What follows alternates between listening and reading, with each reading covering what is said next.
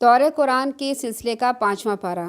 اعوذ باللہ من الشیطان الرجیم، بسم اللہ الرحمن الرحیم۔ والمحصنات من النساء الا ما ملکت ایمانکم، تمام شوہروں والی عورتیں بھی حرام ہیں مگر وہ کنیزیں جو تمہارے قبضے میں آ جائیں، تمہارے لیے یہی اللہ کا قانون ہے۔ اس بارے میں اللہ تعالیٰ یہ فرما رہے ہیں کہ کون سی عورتیں تمہارے لیے حلال ہیں اور کون سی عورتیں حرام ہیں۔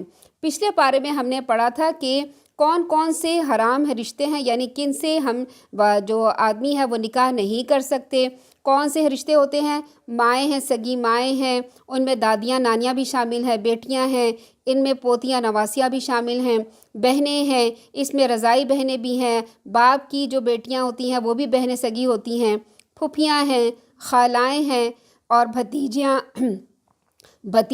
اور بھتیجوں کی آگے سے بیٹیاں وہ بھی حرام ہے، بھانجیاں، سگی بھانجیاں، بہن کی بیٹیاں اور ان کی بیٹیاں وہ بھی حرام ہیں، رضائی مائیں، پھر رضائی بہنیں، ساس اور سالیاں، بیٹیاں اور سوتیلی بیٹیاں، بہو جو حقیقی بیٹے کی بیوہ ہو اس سے بھی نکاح حرام ہے۔ اس کے علاوہ 2 بہنوں کو ایک ساتھ ایک نکاح میں جمع کرنا یہ بھی حرام ہے۔ پھر اللہ تعالیٰ فرما رہے ہیں تمہارے لیے شوہروں والی عورتیں بھی حرام ہیں، یعنی جو شادی شدہ عورتیں ہیں وہ تو حرام ہے سب کے اوپر، مگر وہ کنیزیں جو تمہارے قبضے میں آ جائیں، تمہارے لیے یہی اللہ کا قانون ہے۔ کنیزوں سے کیا مطلب ہے؟ کنیزیں وہ قیدی عورتیں ہوتی ہیں جو جنگ کے دوران ہاتھ میں آتی ہیں۔ جب آپ کو معلوم ہے کہ جب کہیں بھی آج کل بھی جہاں جنگیں ہو رہی ہیں، آپ نے سنا ہوگا مصر میں جب جنگ ہوئی، شام میں جنگ ہوئی، یا جیسے علاقوں پہ جنگ ہوئی جہاں مسلمان تھے، جب اس کے اوپر غاصب قوم آتی ہے، فوج آتی ہے جس نے ان کے اوپر قبضہ کر لیتے ہیں، تو پھر کیا ہوتا ہے؟ وہاں کی عورتوں کے ساتھ زیادتی کی جاتی ہے، انہیں بہیمانہ طریقے سے قتل بھی کر دیا جاتا ہے، ان کی عزتیں محفوظ نہیں ہوتی، پھر بچوں کے ساتھ برا سلوک کیا جاتا ہے۔ تو یہ ہمارے اسلام نے اتنا پیارا طریقہ بتایا ہے کہ اگر وہ کنیزیں تمہارے پاس آ جائیں تو انہیں کیا کرنا چاہیے؟ انہیں نکاح میں لے لینا چاہیے تاکہ معاشرے میں فحاشی نہ پھیلے، بے حیائی نہ پھیلے۔ اگر قیدی لوگ ہمارے معاشرے میں آ جائیں تو کیا ہوتا ہے کہ ان کا جو لوگ کام کرنا جانتے ہیں ان کو تو کام پہ لگا دیں، لیکن ان کا معاشرہ ایسا ہوتا ہے، ڈیفرنٹ معاشرہ ہوتا ہے، ڈیفرنٹ ماحول ہوتا ہے، وہ ہمارے ماحول میں ایڈجسٹ نہیں ہو سکتے۔ اگر وہ ہمارے معاشرے میں آ جائیں گے تو کیا ہوگا؟ چوریاں، ڈکیتیاں اور پھر جرائم بڑھنے کا خدشہ ہوتا ہے، پھر جو عورتیں ہوتی ہیں ان کی طرف سے بے حیائی اور فحاشی کا خطرہ ہوتا ہے۔ ان تمام خطرات کو دور کرنے کے لیے اللہ تعالیٰ نے ایک ایسا طریقہ نکالا جس کی وجہ سے ہمارا معاشرہ بھی محفوظ رہے اور وہ عورتیں بھی محفوظ رہیں۔ اس کے لیے جو ہے وہ ان کی جو کنیزیں ہوتی ہیں ان کی شادی کر دی جاتی ہے، لیکن کس طریقے سے کی جاتی ہے یہ اس میں بیان کیا جا رہا ہے۔ ابو سعید خدری سے روایت ہے کہ نبی اکرم صلی اللہ علیہ وسلم نے حنین کے دن ایک لشکر اوطاس کی طرف روانہ کیا، ان کا دشمن سے مقابلہ ہوا، مسلمانوں نے فتح پائی، بہت سے قیدی ہاتھ آئے۔ صحابہ کرام نے ان قیدی عورتوں سے صحبت کرنے کو گناہ سمجھا کہ ان کے مشرک شوہر موجود تھے۔ اللہ تعالیٰ نے یہ آیت نازل فرما کر عدت کے بعد ان لونڈیوں کو ان کے لیے حلال کر دیا، یعنی جو نان مسلم مشرک عورتیں قید میں آئی تھیں، پہلے ان کے شوہروں کے ساتھ ان کو طلاقیں دلوائیں، اس کے بعد ان کی عدت ختم کی، عدت گزارنے کے بعد ان لونڈیوں کو ان کے لیے حلال کر دیا۔ اب کیوں ان کو طلاق دلوائے، کیوں نہیں شوہروں کے ساتھ بھیجا؟ کہ جب جنگ ہوتی ہے، کیونکہ جنگ ایک بہت خوفناک چیز ہوتی ہے، جب جنگ ہوتی ہے تو جو قیدی عورتیں ہاتھ آتی ہیں ان کے نکاح آٹومیٹک ٹوٹ جاتے ہیں اپنے شوہروں کے ساتھ، چاہے وہ مسلمان ہوں چاہے وہ مشرک ہوں، پھر اس کے بعد ان کی آگے شادیاں کر دی جاتی ہیں۔ پھر اس کے بعد جب امیر لشکر ہوتا ہے وہ کیا کرتا ہے؟ وہ دیگر مال غنیمت کی طرح اپنے کسی مجاہد کو جو قیدی عورت ہوتی ہیں وہ دے دیتا ہے۔ یوں امیر لشکر اس لڑکی کا، اس کنیز کا ولی بن جاتا ہے، کیونکہ ولی نکاح کرنے کے لیے ضروری ہوتا ہے، اور فوجی چونکہ جان پہ کھیل کر جنگ میں لڑتا ہے تو اس کا جان پر کھیل کے لڑنا اس لڑکی کے لیے مہر ہو جاتا ہے اور وہ اس لڑکی کے حوالے کر دیا جاتا ہے۔ لیکن اگر اس سے پہلے یعنی امیر لشکر جب یہ مال غنیمت کہا جاتا ہے نا جو کنیزیں اور غلام آتے ہیں، اگر اس مال غنیمت کو اگر امیر لشکر بانٹنے سے پہلے کوئی شخص کسی عورت سے فائدہ اٹھانے کی کوشش کرے گا تو وہ 2 گناہوں کا مرتکب ہوتا ہے، ایک زنا کا اور دوسرے مشترکہ مال غنیمت کی تقسیم سے پہلے اس میں خیانت کرنے کا۔ ہمارے ہاں تو کنیز بنا کر عزت دی جاتی ہے، جبکہ غیر مسلم قیدی عورتوں کے ساتھ جو درگت ہوتی ہے وہ آپ سب جانتے ہیں۔ پھر اللہ تعالیٰ فرماتے ہیں کہ انہیں اپنے مال کے ذریعے حاصل کرنا تمہارے لیے جائز قرار دیا گیا ہے، بشرطیہ کہ اس سے تمہارا مقصد نکاح میں لانا ہو، صرف شہوت رانی نہ ہو۔ پھر ان سے جن سے تم نکاح کا لطف اٹھاؤ انہیں ان کے حق مہر ادا کر دو۔ بار بار اللہ تعالیٰ حق مہر ادا کرنے پہ زور دے رہے ہیں۔ اب دیکھیں قرآن میں ہم جب سے پڑھ رہے ہیں حق مہر کا ذکر آ رہا ہے کہ حق مہر آپ نے لازمی ادا کرنا ہے۔ ہمارے معاشرے میں کیا ہے کہ جہاں مہر کی بات آئی وہیں سب کے موڈ آف ہو جاتے ہیں، خاص کر مردوں کے اور کچھ عورتوں کے بھی، کہ بھئی مہر کی بات کیوں کی گئی ہے، مہر کس لیے لازمی ہے، ہم اتنا کچھ لڑکی کو دے رہے ہیں، باپ کہتے ہیں ہم اتنا لڑکی کو دے رہے ہیں، پھر ادھر سے بھی کہا جاتا ہے کہ ہم بری میں سب کچھ بنا رہے ہیں۔ مہر کی بات نہ کرو، مہر کی بات جو ہے وہ چپ چپاتے کر دو، اور مہر دینے کی ضرورت کیا ہے، اور دو بھی تو تھوڑا سا دو، اور اس کے لیے بہانہ کیا بنایا جاتا ہے کہ شرعی حق کے مہر دو۔ شرعی حق کے مہر 32 روپے کہیں پہ بھی نہیں لکھا ہوا۔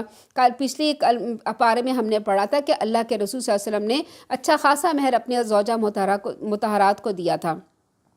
تو مہر کے بارے میں اللہ تعالیٰ فرما رہے ہیں کہ تم مہر ان کے مقررہ حق کے مہر ادا کرو، اور یہ اللہ تعالیٰ فرما رہے ہیں تو حق کے مہر خوشی سے ادا کرنا چاہیے۔ اب مہر کا بار بار ذکر ہے، اللہ تعالیٰ فرما رہے ہیں۔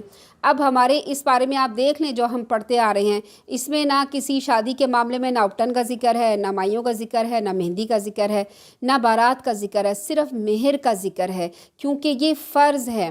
ہاں اگر مہر مقرر ہو جانے کے بعد زوجین یعنی میاں بیوی آپس کی رضامندی سے کچھ سمجھوتا کر لے، یعنی اتنا ہم زیادہ لیں گے، اتنا ہم کم لیں گے، یا اتنا میں بعد میں لے لوں گی، تو آپس میں اگر رضامندی کر لینا مہر کے بارے میں تو پھر تم پہ کچھ گناہ نہیں ہے۔ اللہ تعالیٰ یقیناً سب کچھ جاننے والا اور حکمت والا ہے۔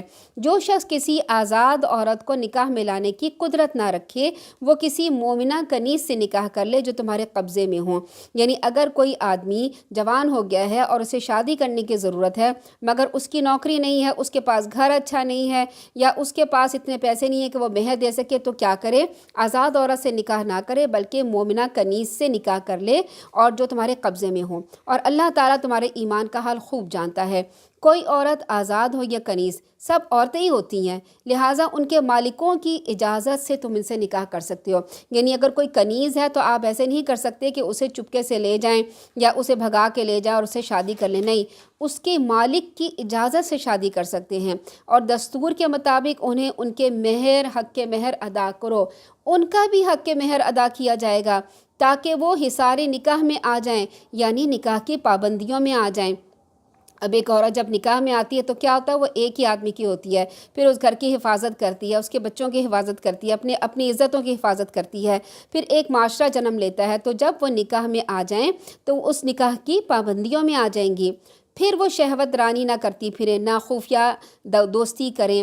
پھر نکاح میں آنے کے بعد اگر وہ بدکاری کے مرتکب ہوں تو ان کی سزا آزاد عورتوں کی سزا سے عادی ہوتی ہے، یعنی ایسی عورتوں کی سزا جو کنیز ہوتی ہیں ان کی سزا جو آزاد عورتیں ہوتی ہیں ان سے آدھی ہوتی ہے۔ کیوں؟ کہ ان کے درجات جو ہوتے ہیں وہ اس آزاد عورت سے آدھی ہوتے ہیں، ان کے جو حقوق ہوتے ہیں وہ بھی آدھے ہوتے ہیں، تو سزا بھی ان کی آدھی ہوتی ہے۔ یہ سہولت تم میں سے اس شخص کے لیے ہے جو زنا کے گناہ میں جا پڑنے سے ڈرتا ہو، اور تم صبر و ضبط سے کام لو تو یہ تمہارے لیے بہتر ہے۔ اللہ تعالیٰ فرما رہے ہیں میں بہت بخشنے والا، بہت رحم کرنے والا ہوں۔ اللہ تعالیٰ فرماتے ہیں کہ میں یہ چاہتا ہوں کہ سب کچھ تمہیں واضح طور پہ بتا دوں، یعنی گھر کے معاملات، حق مہر کے معاملات، آپس کے معاملات، سب تمہیں کھول کے بتا دوں، کوئی شک نہ رہے، اور ان لوگوں کے طریقوں پہ تمہیں چلاؤں جو تم سے پہلے گزر چکے ہیں، اور تم پر اپنی رحمت سے متوجہ ہوں، اور میں سب کچھ جاننے والا ہوں اور حکمت والا ہوں۔ اللہ تعالیٰ فرماتے ہیں میں تو یہ چاہتا ہوں کہ تم پر میں نظر رحمت سے متوجہ ہوں، یعنی میں تمہارے اوپر رحمت کروں، میں یہ چاہتا ہوں۔ مگر بعض لوگ اپنی خواہشات کے پیچھے پڑے ہوتے ہیں اور وہ یہ چاہتے ہیں کہ تم سیدھے راستے سے ہٹ کر دور تک چلے جاؤ۔ اللہ تعالیٰ فرماتا ہے میں تو یہ چاہتا ہوں کہ تم سے رسم و رواج کی پابندیوں کو ہلکا کر دیں۔ اب جب سے بچی پیدا ہوتی ہے ہم کیا کرتے ہیں؟ اب اس کی شادی کرنی ہے، اب ہم نے جہیز جمع کرنا ہے، اب ہم نے اس کو لینا دینا ہے، سب کچھ کرنا ہے، تو اس چکر میں والدین ایک پریشانی میں مبتلا ہو جاتے ہیں۔ اور جب کوئی ہمارے یہاں کوئی فوت ہو جاتا ہے تو ہم کیا کرتے ہیں؟ اب اس کی جمعراتیں کریں گے، اب اس کی جو ہے 10ویں 20ویں کریں گے یا 40ویں کریں گے، برسیاں کریں گے، اور کہیں جانا ہے تو کچھ لے کے جانا ہے۔ اتنا زیادہ اپنے آپ کو رسم و رواج کی پابندیوں میں جکڑا ہوا ہے اللہ تعالیٰ فرماتے ہیں میں تو یہ چاہتا ہوں کہ میں تمہارے اوپر رسم و رواج کی پابندیوں کو ہلکا کر دوں، کیونکہ انسان کمزور پیدا کیا گیا، اور ہم لوگ کیا کرتے ہیں، شادی اور فوت کی یہی دو کام ہوتے ہیں جس میں بہت زیادہ اپنے اوپر ہم نے پابندیاں لگائی ہوئی ہیں۔ اور اللہ تعالیٰ کیا فرماتے ہیں کہ میں تو تمہارے اوپر یہ پابندیاں ہلکا کرنا چاہتا ہوں، کیونکہ اللہ تعالیٰ فرماتے ہیں میں تمہارے اوپر رحمت کرنا چاہتا ہوں، فضل کرنا چاہتا ہوں، تو میں آسانیاں دینا چاہتا ہوں۔ اللہ تعالیٰ آگے فرماتے ہیں ایسے احکامات اللہ تعالیٰ دے رہے ہیں جن کی وجہ سے معاشرے میں فساد اور نفرت نہ پھیلے، یعنی اے ایمان والو، آپس میں ایک دوسرے کے مال باطل طریقوں سے نہ کھاؤ، غلط طریقے سے نہ کھاؤ۔ یعنی باطل طریقے کیا مطلب ہے اس کا؟ ہر وہ کام جس سے دوسرے کا مالی نقصان ہو، جیسے چوری ہے، ڈاکہ ہے، غصب، غبن وغیرہ، سود ہے اور اس کی تمام شکلیں، پھر ہر ایسا کام جس میں تھوڑی سی محنت سے بہت سارا مال آتا ہو، جیسے جوا کھیلنا، لاٹری کھیلنا، سٹہ بازی وغیرہ، بعض حالتوں میں بیمہ پالیسی اور جو پرائز بانڈ وغیرہ ہوتے ہیں، لاٹری ہوتی ہے، یہ سب کیا ہوتا ہے، ایک دم جو ہے وہ پیسہ مل جاتا ہے، کیونکہ جس میں لاٹری ہے یا پرائز بانڈ ہے، اس میں کیا ہوتا ہے کہ سب نے، یا جوا، اس میں سب نے اپنے تھوڑے پیسے ڈالے ہوتے ہیں، اور جب جوا ہے، لاٹری ہے یا پرائز بانڈ جو ہوتا ہے وہ ایک بندے کا نکلتا ہے تو وہ سب کا مال سمیٹ لیتا ہے، اور کیا ہوتا ہے، جن کا مال سمیٹا جاتا ہے نا، پھر ان کے دل میں نفرت آ جاتی ہے اس شخص کے لیے۔ پھر اللہ تعالیٰ فرماتے ہیں کہ جو اشیاء حرام ہیں ان کی خرید و فروخت، جیسے شراب کی سوداگری یا ان اشیاء کی جو شراب خانے میں استعمال ہوتی ہیں، یعنی شراب جس میں ڈالی، جو شراب کو جس نے پیکٹ بنایا، جو شراب کے لیے جس نے کارٹن بنایا، جس شراب کے لیے جس نے بوٹلز بنائی، جس نے ان کے ڈھکن بنائے، جس نے ان کے لیبل بنائے، جو ان کو لے کے جا رہا ہے، جو ان کو خرید رہا ہے، جو ان کا بیچ رہا ہے، جو ان کو پی رہا ہے، سب حرام ہوتا ہے ان کے لیے۔ پھر مردار کا گوشت، تصویریں اور مجسمے، فحاشی پر مشتمل کتابیں، تصویریں، کسی حرام کاروبار کے لیے دکان یا مکان کرائے پہ دینا، کاہن کی کمائی، فاحشہ کی کمائی اور کتے کی کمائی وغیرہ۔ حکومت کے ذریعے دوسروں کے مال بٹورنا، مثلا لین دین کے جھوٹے مقدمات اور رشوت وغیرہ، یا حکومت کا لوگوں کی زمین پہ قبضہ کرنے کے ان کو اپنی مرضی کے مطابق لین دین پہ مجبور کرنا، یہ تمام طریقے باطل طریقے ہیں۔ اللہ تعالیٰ فرماتے ہیں درست صورت یہ ہے کہ باہمی رضامندی سے آپس میں لین دین کرو اور اپنے آپ کو قتل نہ کرو۔ اپنے آپ کو قتل نہ کرو کیا مطلب ہے؟ یعنی اپنے آپ کو ہلاکت میں نہ ڈالو۔ بلا شبہ اللہ تم پر نہایت مہربان ہے۔ جو شخص اجراء ظلم زیادتی ایسے کام کرے گا ہم جلد ہی اسے دوزخ میں ڈال دیں گے۔ اور اللہ تعالیٰ فرماتے ہیں میرے لیے تو یہ بہت آسان ہے کہ میں اسے دوزخ میں ڈال دوں۔ پھر اللہ تعالیٰ فرماتے ہیں جن بڑے بڑے گناہ کے کاموں سے تمہیں منع کیا گیا ہے، اگر تم ان سے بچتے رہے تو ہم تمہاری چھوٹی موٹی برائیوں کو تم سے ویسے ہی معاف کر دیں گے۔ مثلا بڑے بڑے گناہ کیا ہیں؟ احادیث میں جن کبیرہ گناہوں کا ذکر آتا ہے وہ یہ ہیں۔ سیدنا ابو ہریرہ رضی اللہ تعالیٰ عنہ کہتے ہیں کہ آپ صلی اللہ علیہ وسلم نے فرمایا 7 ہلاک کرنے والے گناہوں سے بچو۔ صحابہ نے پوچھا یا رسول اللہ صلی اللہ علیہ وسلم وہ کون کون سے گناہ ہیں؟ آپ نے فرمایا شرک باللہ، یعنی اللہ کے ساتھ شریک ٹھہرانا، جادو ٹونا کرنا۔ جادو ٹونا کرنا بالکل حرام ہے، جو بھی یہ کرے گا وہ جنت میں کبھی نہیں جائے گا، وہ کبیرہ گناہ ہے۔ ایسی جان کو ناحق قتل کرنا جسے اللہ نے حرام قرار دیا ہے، سود کھانا، یتیم کا مال کھانا، میدان جنگ سے فرار، پاک باز بھولی بھالی مومن عورتوں پر تہمت لگانا۔ اگر تم ان سے بچتے رہے تو میں تمہاری چھوٹی موٹی برائیوں کو تم سے ویسے ہی معاف کر دوں گا۔ جب ہم وضو کرتے ہیں تو کیا ہوتا ہے؟ ہاتھوں سے ہمارے دھل جاتے ہیں گناہ۔ ہم آنکھوں پہ، چہرے پہ پانی ڈالتے ہیں تو آنکھوں سے، کانوں سے اور چہرے سے، جہاں سے بھی گناہ ہم نے دیکھا ہوتا ہے تو کیا ہوتا ہے؟ اس سے گناہ محو ہو جاتے ہیں۔ وضو کرنے سے گناہ جو ہے ختم ہو جاتے ہیں، نماز پڑھنے سے چھوٹے موٹے گناہ معاف ہو جاتے ہیں۔ تو اللہ تعالیٰ فرماتے ہیں تم بڑے بڑے گناہوں سے اگر اپنے آپ کو بچاؤ گے نا، چھوٹے موٹے گناہ میں ویسے ہی معاف کر دیتا ہوں اور تمہیں عزت کی جگہ داخل کریں گے۔ اگر اللہ نے تم میں سے کسی ایک کو دوسرے پہ کچھ فضیلت دے رکھی ہے تو اس کی حوث نہ کرو۔ اللہ تعالیٰ فرماتے ہیں کہ میں نے تو سب کو برابر پیدا نہیں کیا، کسی کو بڑا کسی کو چھوٹا، اس میں بھی اللہ تعالیٰ کی حکمت ہے۔ اللہ تعالیٰ فرماتے ہیں اگر میں نے کسی دوسرے کو تم سے زیادہ کچھ دے دیا ہے تو اس میں تم حوث نہ کرو۔ جو کچھ مردوں نے کمایا ہے اس کے مطابق ان کا حصہ ہے، جو عورتوں نے کمایا ہے اس کے مطابق ان کا بھی حصہ ہے۔ یعنی جو بھی انسان نیکی کریں چاہے وہ عورت ہو یا آدمی، اجر میں ان کا جو ہے اللہ تعالیٰ برابر دے گا۔ یہاں دنیا میں تو کچھ اس طرح سے معاملات اللہ تعالیٰ نے رکھا ہے کیونکہ یہاں تنظیم کرنی ہے یا انتظام کرنا ہے معاشرہ چلانے کا، خاندان چلانے کا، تو مرد کو اللہ تعالیٰ نے ایک درجہ فضیلت دیا ہے۔ تو اس میں سے جب وراثت ہوتی ہے تو اس میں بھی مردوں کو کیونکہ ان کی ذمہ داریاں زیادہ ہوتی ہیں اس لیے ان کو ڈبل حصہ اور عورتوں کو ان کا آدھا حصہ دیا ہے، لیکن قیامت کے دن اللہ تعالیٰ ہر ایک کو اس کے مطابق جزا دے گا۔ مردوں نے جو نیکیاں کی ہوں گی وہ ان کو ملے گی، اسی طرح عورت نے جو نیکی کی ہوگی وہ اسے اس کی پوری جزا دی جائے گی۔ پھر اللہ تعالیٰ فرماتے ہیں ہاں اللہ سے اس کی فضل کی دعا مانگتے رہا کرو، یقین اللہ تعالیٰ فرما رہے ہیں میں ہر چیز کو خوب جانتا ہوں۔ پھر اللہ تعالیٰ فرماتے ہیں آگے آیت نمبر 33 میں وَكُلٍّ جَعَلْنَا مَوَالِيَ مِمَّا تَرَكَ الْوَالِدَانِ وَالْأَقْرَبُونَ، جو کچھ ترکہ والدین یا قریبی رشتہ دار چھوڑ جائیں ہم نے ان کے وارث مقرر کر دیے۔ اب اللہ تعالیٰ یہاں وراثت کی بات بتا رہے ہیں۔ یہ تمام ایسے احکامات اس بارے میں بیان کیے جائیں گے جن سے معاشرے میں آپس میں پیار محبت پھیلے اور نفرت کا خاتمہ ہو۔ اللہ تعالیٰ اور یہ وراثت کے معاملات آپ کو پتہ ہے کہ آج بھی ایسے ہی معاملات ہیں، اس میں لوگ بہت ڈنڈی مار دیتے ہیں، بہنوں کو، بیٹیوں کو، ماؤں کو حصہ نہیں دیتے۔ اللہ تعالیٰ کیا فرما رہے ہیں؟ جو کچھ ترکہ والدین یا قریبی رشتہ دار چھوڑ جائیں ہم نے اس کے وارث مقرر کر دیے ہیں، اور وہ لوگ بھی جن سے تم نے عقد موالات باندھ رکھا ہے۔ عقد موالات کیا ہوتا ہے؟ موالی کا مطلب ہوتا ہے وارث، یعنی جب مہاجرین اسلام کے شروع میں جب مدینہ آئے تھے تو مہاجروں کو انصاری بھائیوں نے اپنا بھائی بنا لیا تھا، اور اس وقت کیا تھا کہ انصاری بھائی کی جو جائیداد تھی اس میں انہوں نے ان کو وراثت کا بھی حصہ دیا تھا۔ جب یہ آیت آئی تو پھر وراثت جو ایسے مہاجر بھائی تھے ان کو ملنا بند ہو گئی اور وراثت کے حقدار اپنے خونی رشتہ دار قرار پائے۔ اللہ تعالیٰ فرماتے ہیں لہٰذا انہیں ان کا حصہ ادا کرو۔ اسی کے بارے میں اسی ضمن کے بارے میں یہ بات ہے کہ لوگ آپ نے اخباروں میں پڑھا ہوگا کہ والدین کہتے ہیں، والد کی طرف سے اعلان ہوتا ہے کہ میں نے اپنے بیٹے کو آنکھ کر دیا، تو آنکھ کرنا ہمارے مذہب میں نہیں ہوتا کیونکہ اللہ تعالیٰ نے خونی رشتہ داروں کو ان کا حق دیا ہوا ہے۔ اللہ تعالیٰ فرماتے ہیں یقیناً اللہ تعالیٰ ہر چیز پر حاضر و ناظر ہے۔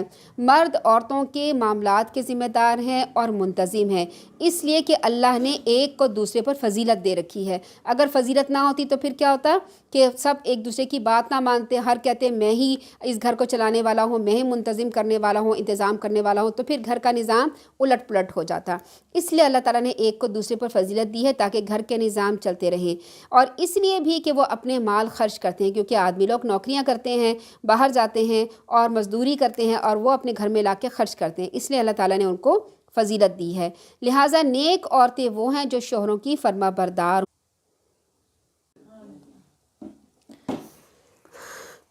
پھر اللہ تعالیٰ آگے سے فرما رہے ہیں آیت نمبر 34 میں لہٰذا نیک عورتیں وہ ہیں جو شوہروں کی فرما بردار ہوں اور ان کی عدم موجودگی میں اللہ کی حفاظت نگرانی میں ان کے حقوق کی حفاظت کرنے والی ہوں، اور جن بیویوں سے تمہیں سرکشی کا اندیشہ ہو انہیں سمجھاؤ، اگر نہ سمجھیں تو خوابگاہوں میں الگ چھوڑ دو، پھر بھی اگر وہ نہ سمجھیں تو انہیں مارو، اور اگر وہ تمہاری بات قبول کر لیں تو خواہ مخواہ ان پر زیادتی کے بہانے تلاش نہ کرو، یقیناً اللہ تعالیٰ بلند مرتبے والا اور بڑی شان والا ہے۔ یہاں اچھی بیوی کی صفات بیان کی گئی ہیں۔ اس مختصر سی حدیث میں رسول اللہ صلی اللہ علیہ وسلم نے ایک اچھی بیوی کی 4 صفات بیان کی ہیں۔ یعنی کیا حدیث ہے؟ بہترین بیوی وہ ہے جب تم اسے دیکھو تو تمہارا جی خوش ہو جائے، جب اسے کسی بات کا حکم دو تو وہ تمہاری اطاعت کرے، جب تم گھر میں موجود نہ ہو تو وہ تمہارے پیچھے تمہارے مال کی اور اپنے نفس کی حفاظت کرے۔ تو اچھی بیوی کی خصوصیات اس میں یہ بیان کی گئی ہیں۔ تو 2 تو شوہر کی موجودگی سے تعلق رکھتی ہیں اور 2 عدم موجودگی سے۔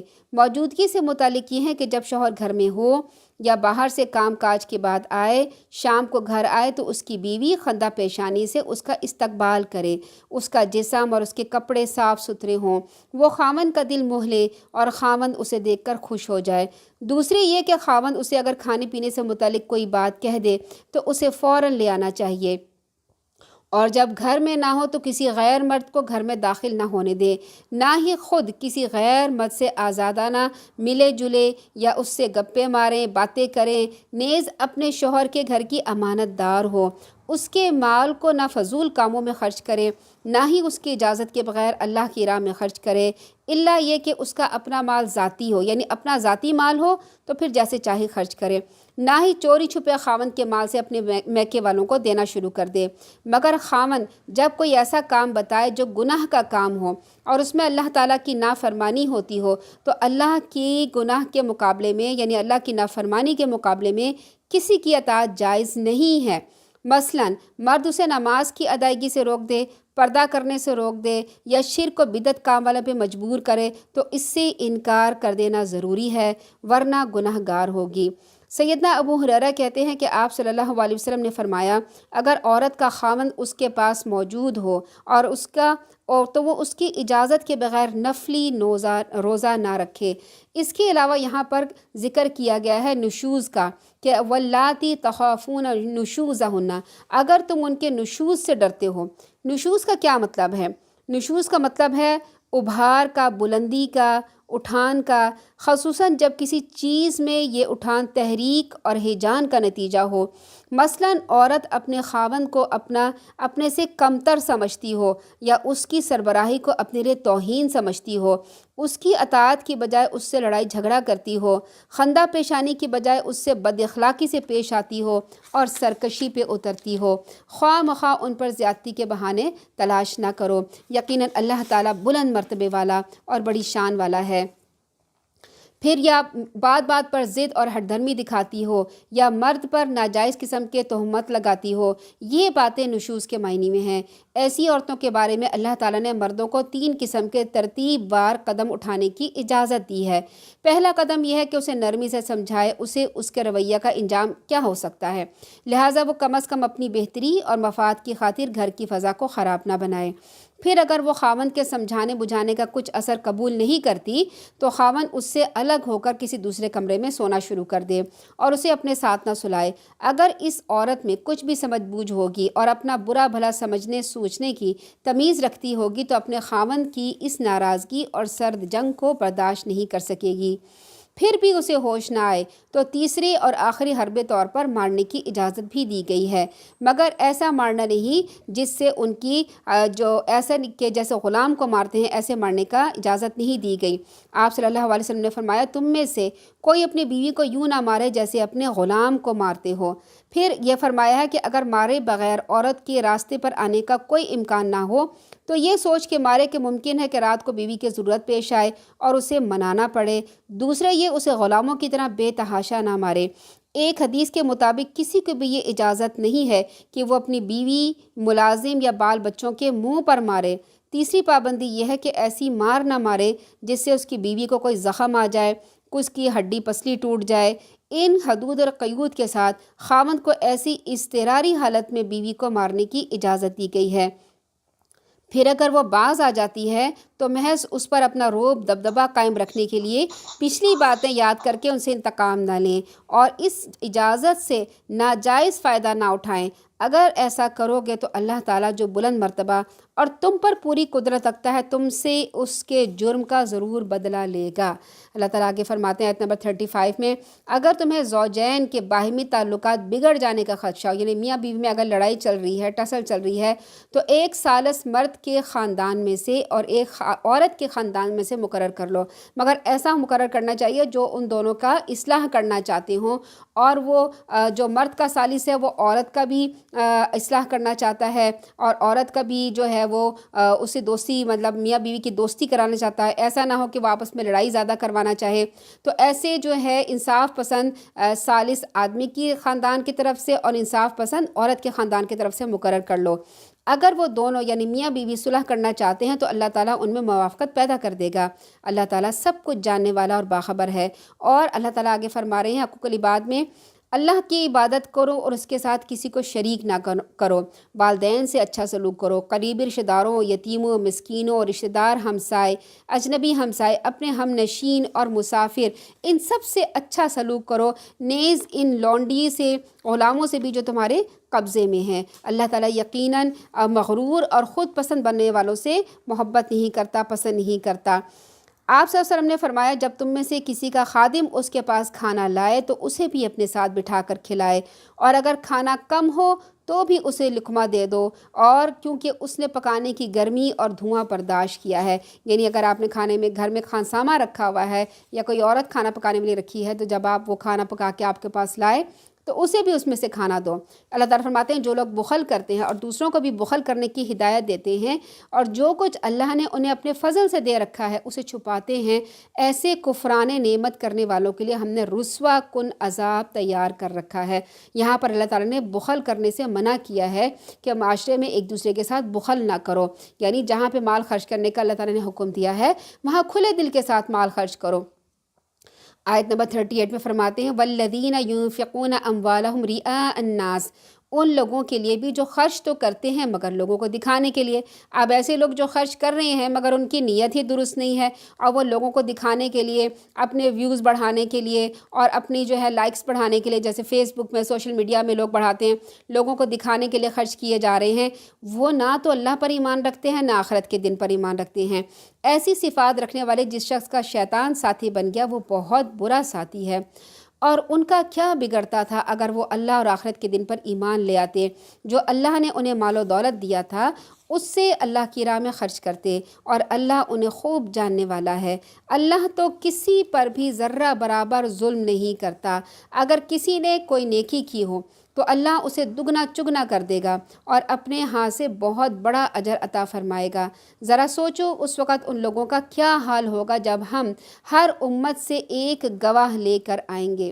یعنی اس وقت ہر امت میں سے ایک گواہ لایا جائے گا، جتنی قومیں اللہ تعالیٰ نے گزاری ہیں، جو جو پیغمبر آئے ہیں ان کی امت کو، قوم کو کھڑا کیا جائے گا، اور جو اس امت کے نبی ہوں گے وہ یہ گواہی دیں گے کہ یا اللہ میں نے تیرا پیغام اور تیرے احکام کو اپنی امت کو اسی طرح سے پہنچا دیا تھا، اور فلاں فلاں لوگوں نے تو اسے مان لیا تھا اور فلاں نے نافرمانی کی تھی اور کفر کیا تھا۔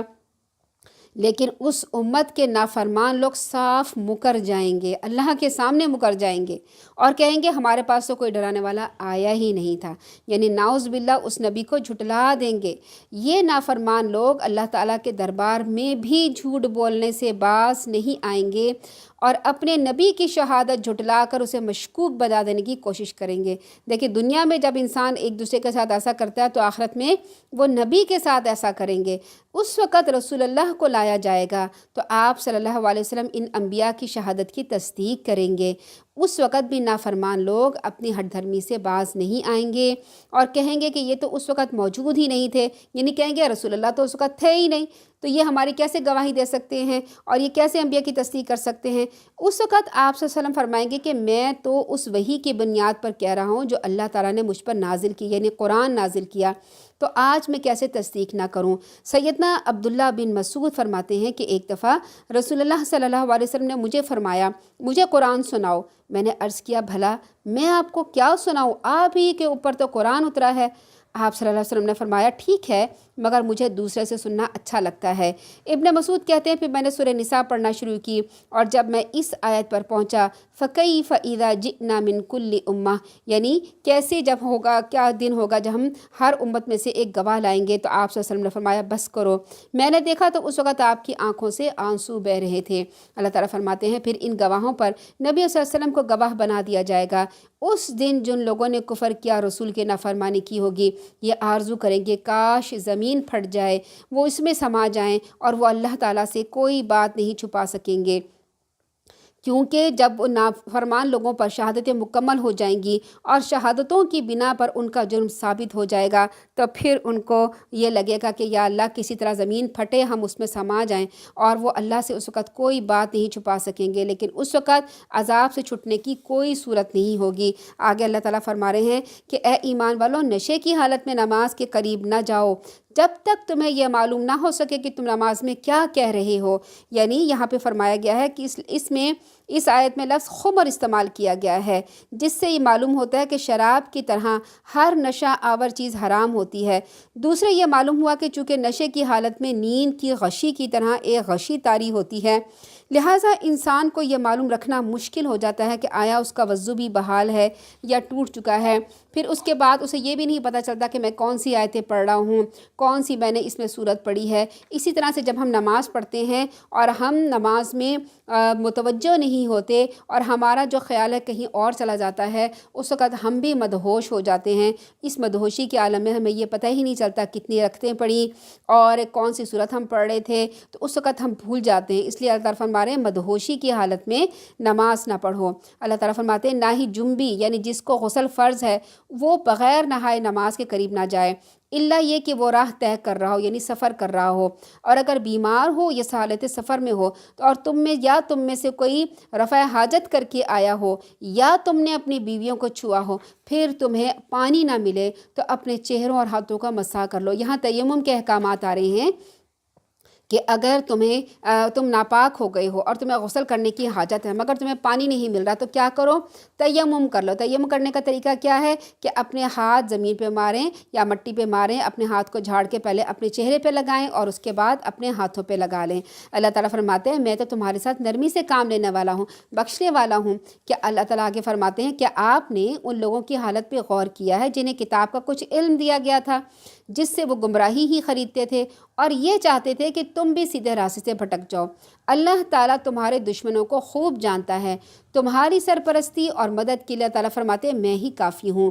یہودیوں میں سے کچھ لوگ ایسے ہیں جو کتاب کے کلمات کو ان کے موقع محل سے بدل دیتے ہیں، یعنی یہودیوں کی یہ سرشت تھی، یہ چالاکی اور مکاری تھی کہ وہ لفظوں کو بدل دیتے ہیں۔ آج بھی وہ اپنے لفظوں کو بدل کر کچھ کا کچھ بنا دیتے ہیں، اپنی زبانوں کو توڑ موڑ کر اور دین میں تانا زنی کرتے ہوئے یوں کہتے تھے سمعنا وعصینا، یعنی ہم نے سنا اور ہم نافرمانی کریں گے، یا پھر کہتے تھے اسمع غیر مسمع، سنو اور نہ سنو چپ کر کے کہہ دیتے تھے، یا کہتے تھے رائنا یعنی رائنا کی بجائے کہتے تھے رعینا، اسے لمبا کر دیتے تھے، یعنی نعوذ باللہ اے چرواہے ہماری بات سنو، یعنی اس طرح لفظوں کو توڑ موڑ کے پیش کرتے تھے۔ اللہ تعالیٰ فرماتے ہیں کہ اگر وہ انظرنا کہتے یعنی رائنا کی بجائے انظرنا یعنی ہماری طرف نظر کیجئے کہتے تو یہ ان کے لیے بہتر اور بہت درست بات تھی، مگر اللہ نے تو ان کے کفر کی وجہ سے ان پر لعنت کر دی۔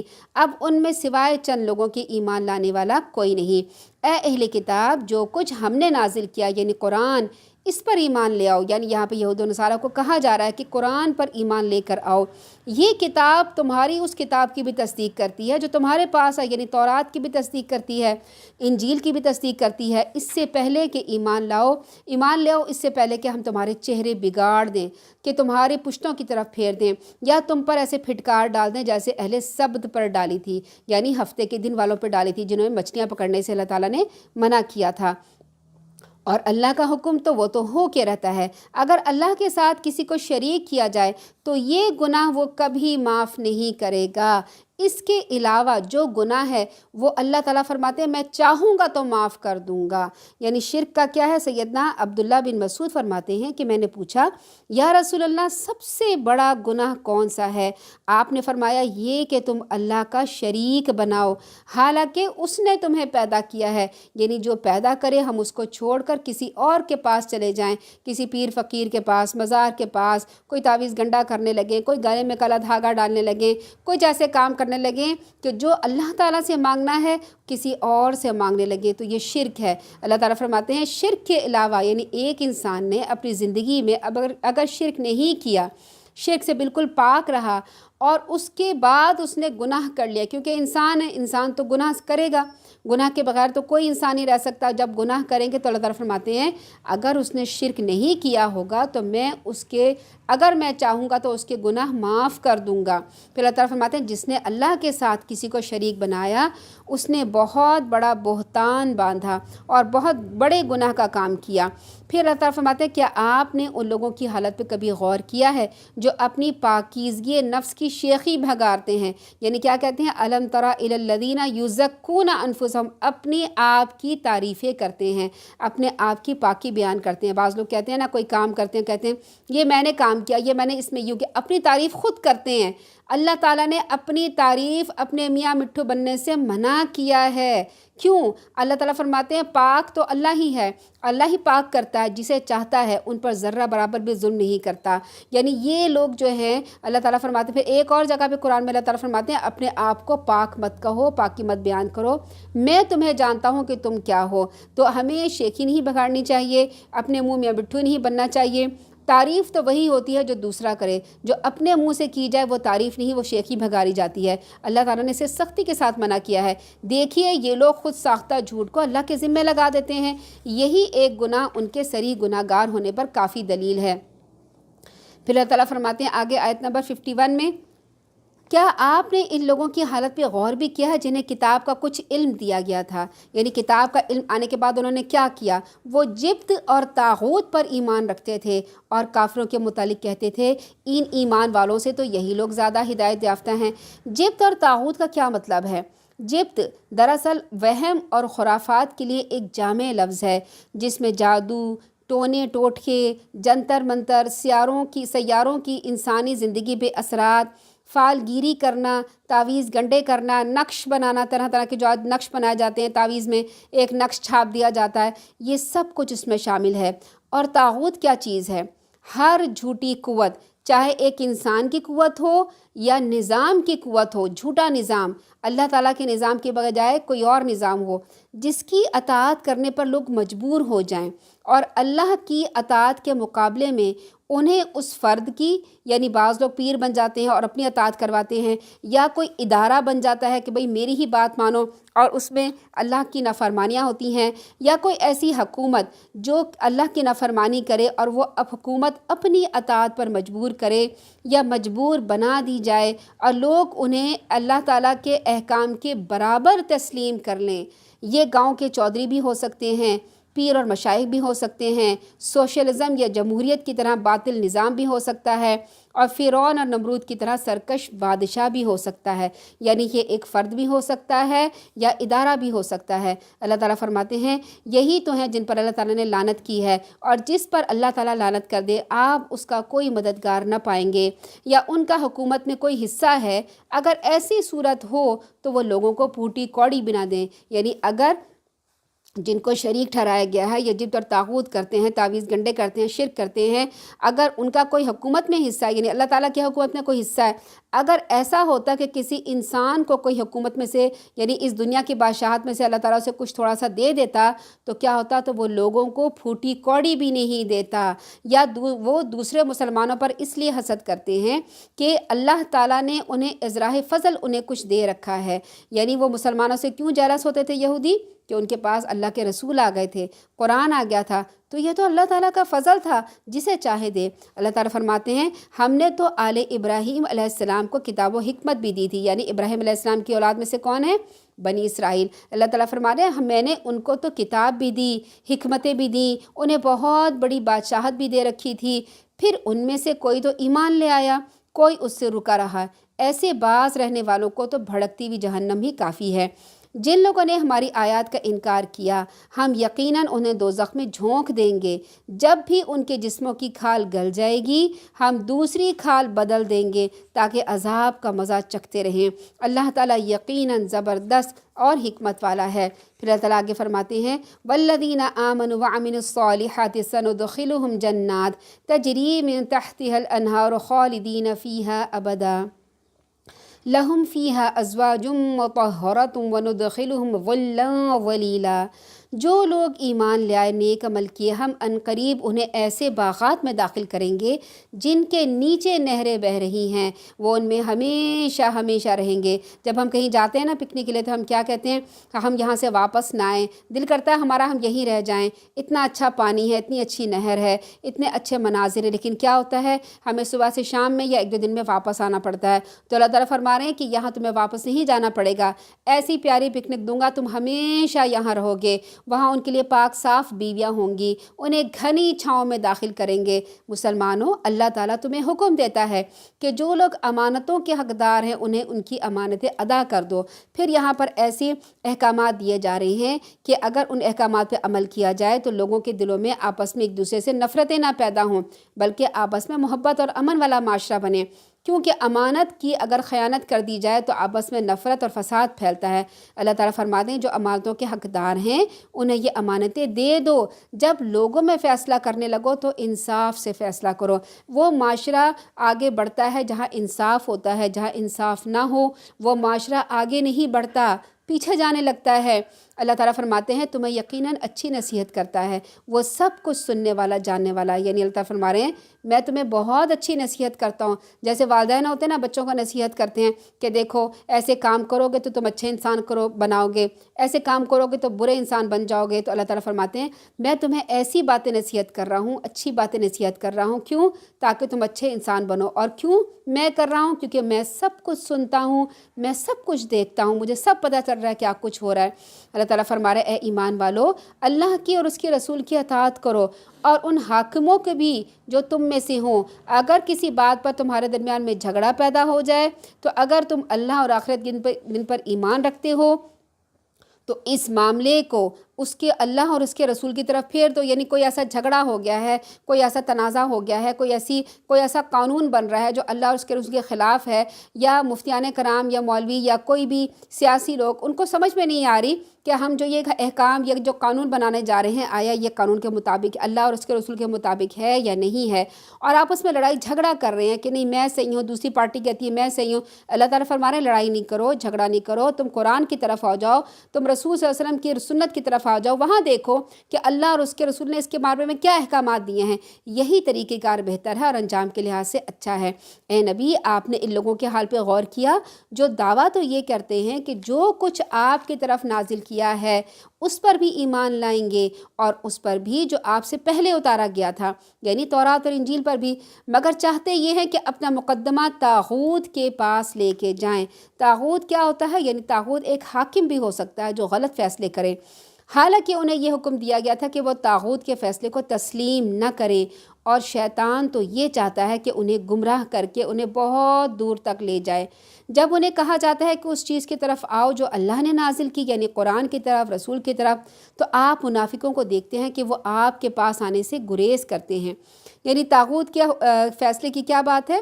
طاغوت کا مفہوم تو پہلے بتایا نا کہ جو بھی حاکم ہو سکتا ہے، کوئی بھی ایسا جو اللہ کے اصولوں کے خلاف فیصلہ دے، اللہ کے اصولوں کے خلاف چلے، یا اپنے لوگوں کو، اپنے مریدوں کو، اپنی رعایا کو اللہ کے فیصلوں کے خلاف لے کے چلے، اللہ کے قانون کے خلاف لے کے چلے، وہ طاغوت ہوتا ہے۔ تو اس سے مراد کوئی فرد بھی ہو سکتا ہے، اکیلا فرد، اکیلا آدمی، کوئی عدالت بھی ہو سکتی ہے جس میں جج ہو، وکیل ہو، کوئی ادارہ بھی ہو سکتا ہے، کوئی نظام بھی ہو سکتا ہے جو اللہ کے مقابلے میں اپنا حکم لوگوں پر مسلط کرنا چاہتا ہو۔ منافقوں کا طریقہ یہ تھا کہ جس مقدمے میں انہیں توقع ہوتی تھی کہ فیصلہ ان کے حق میں ہوگا اسے تو وہ لے کے رسول اللہ کے پاس لے آتے تھے، جس مقدمے میں انہیں یہ خطرہ ہوتا تھا کہ فیصلہ ان کے خلاف ہوگا اسے آپ صلی اللہ علیہ وسلم کے پاس لانے میں پس و پیش کرنے لگتے، یہاں تک کہ انکار بھی کر دیتے تھے۔ آج یہی حال نام نہاد مسلمانوں کا بھی ہے۔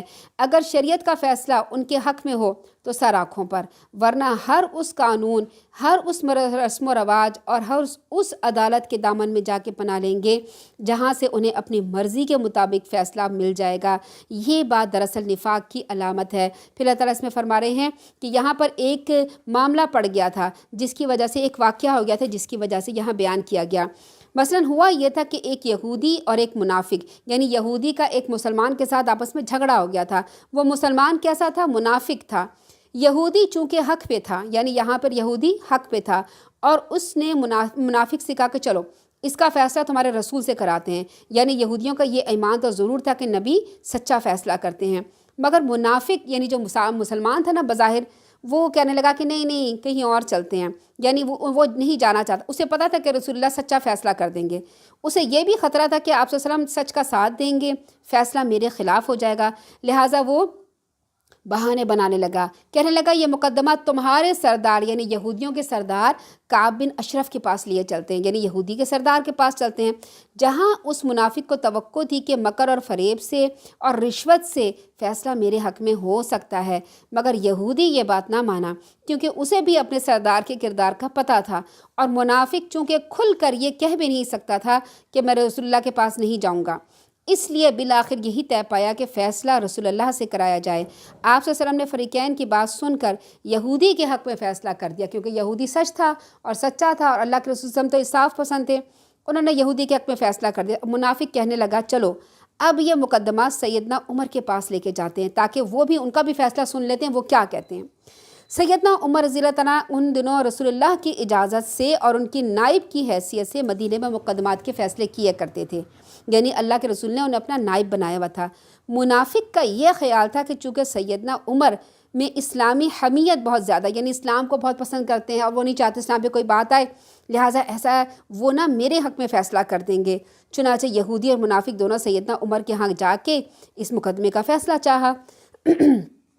پھر دونوں نے اپنے اپنے بیان دیے۔ یہودی نے اپنا فیصلہ دینے کے بعد یہ کہا ہم یہ مقدمہ تمہارے نبی کے پاس لے گئے تھے، انہوں نے میرے حق میں فیصلہ دیا ہے۔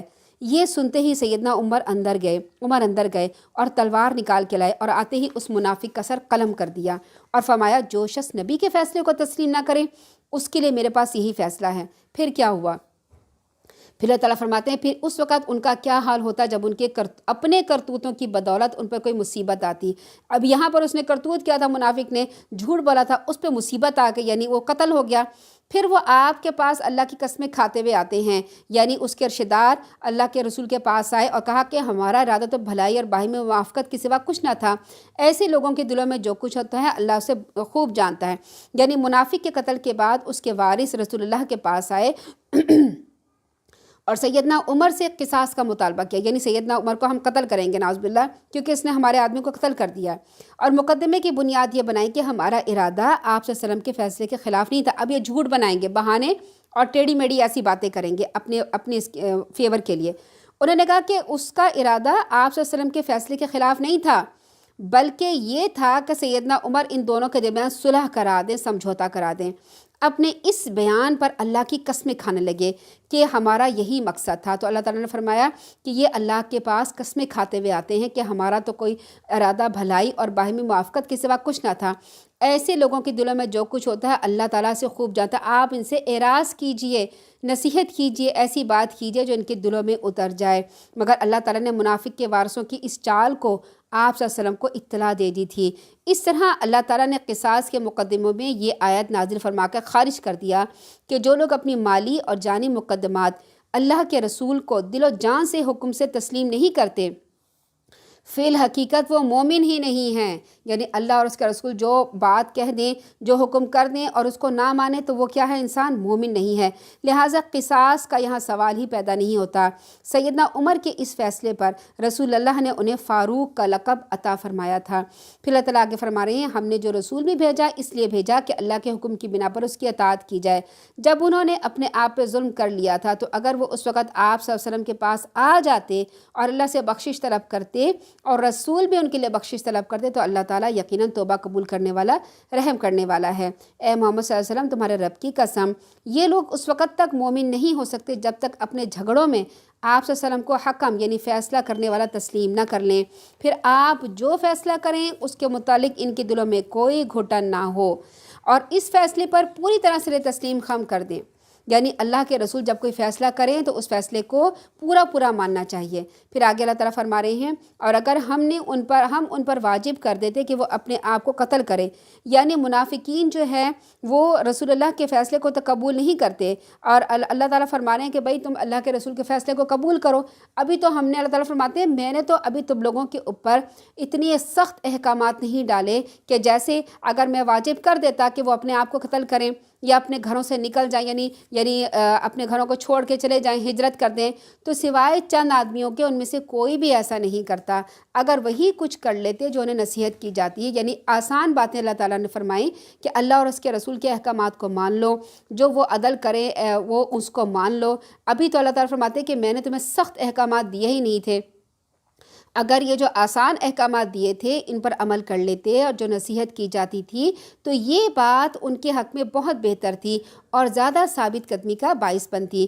اس صورتحال میں ہمیں انہیں اپنے ہاں سے بہت بڑا اجر بھی دیتے، انہیں سیدھی راہ پہ بھی چلائے رکھتے۔ جو شخص اللہ اور اس کے رسول کی اطاعت کرتا ہے ایسے لوگوں ان لوگوں کے ساتھ ہوں گے جن پر اللہ تعالیٰ نے انعام کیا، یعنی انبیاء، صدیقین، شہیدوں اور صالحین کے ساتھ۔ اور رفیق ہونے کے لحاظ سے یہ لوگ کتنے اچھے ہیں، یعنی رفاقت کا کیا مطلب ہے؟ ہر وقت ساتھ رہنا۔ آپ صلی اللہ علیہ وسلم کی رفاقت کیسے ہوگی؟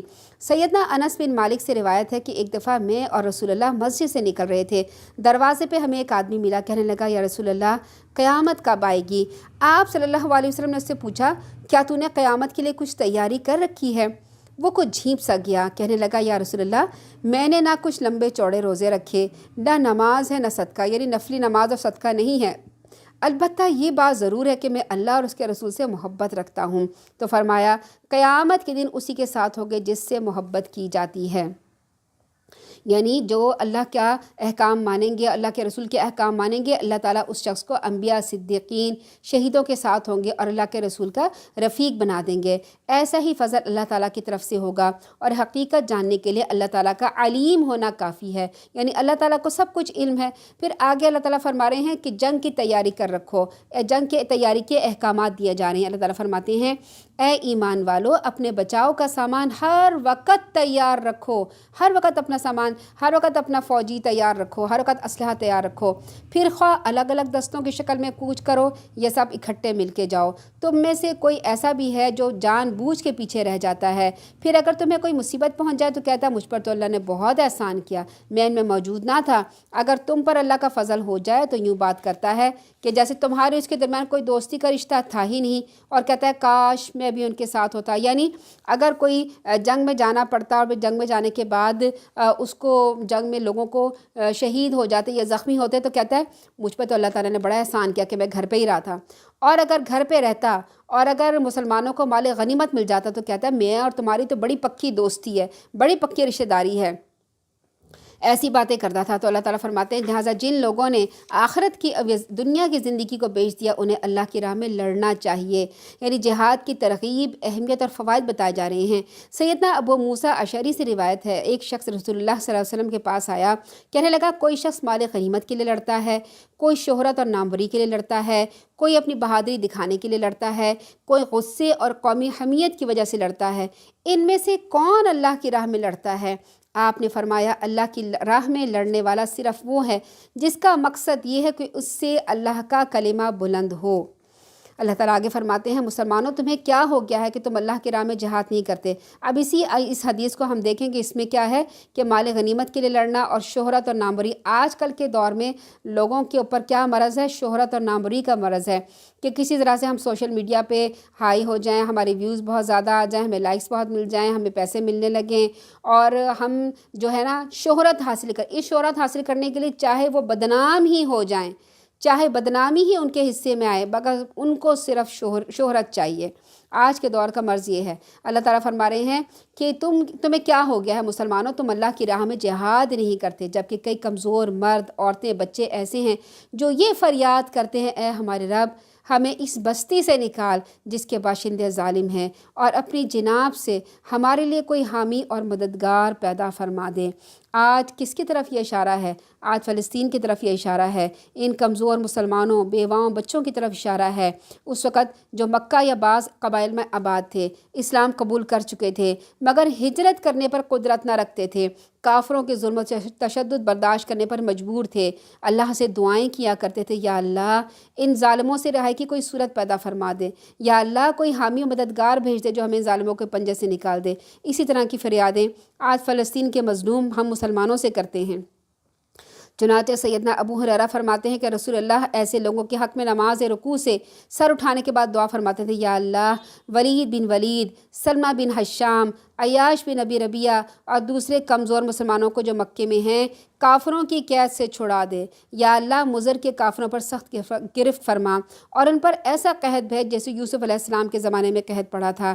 یہ بخاری کی روایت ہے۔ یعنی یہاں پر ہمیں بھی اللہ تعالیٰ سے دعا کرنی چاہیے کہ اللہ فلسطین کے مظلوموں کو چھڑا دے، یا یا رب العالمین ان کی بیواؤں، ان کی عورتوں، ان کے بچوں کو یا رب العالمین پیٹ بھر کے کھانا نصیب ہو، ان کے اوپر قحط نہ پڑے، ان کو امن عطا کر دے، اور جو اہل یہود ان کے جان کے در پہ ہیں انہیں تباہ و برباد کر دے، آمین ثم آمین۔ پھر اللہ تعالیٰ فرماتے ہیں جو لوگ ایمان لائے وہ تو اللہ کی راہ میں جنگ کرتے ہیں، اور جو کافر ہیں وہ طاغوت کی راہ میں جنگ کرتے ہیں۔ یعنی جب ایک مسلمان کی جنگ کافروں سے ہو رہی ہو تو مسلمان کے دل میں ہوتا ہے کہ مجھے اگر میں فوت ہو گیا تو میں شہید ہو جاؤں گا، اگر میں زخمی ہو گیا تو غازی بن کے لوٹوں گا، دونوں حالت میں اس کو فائدہ ہے۔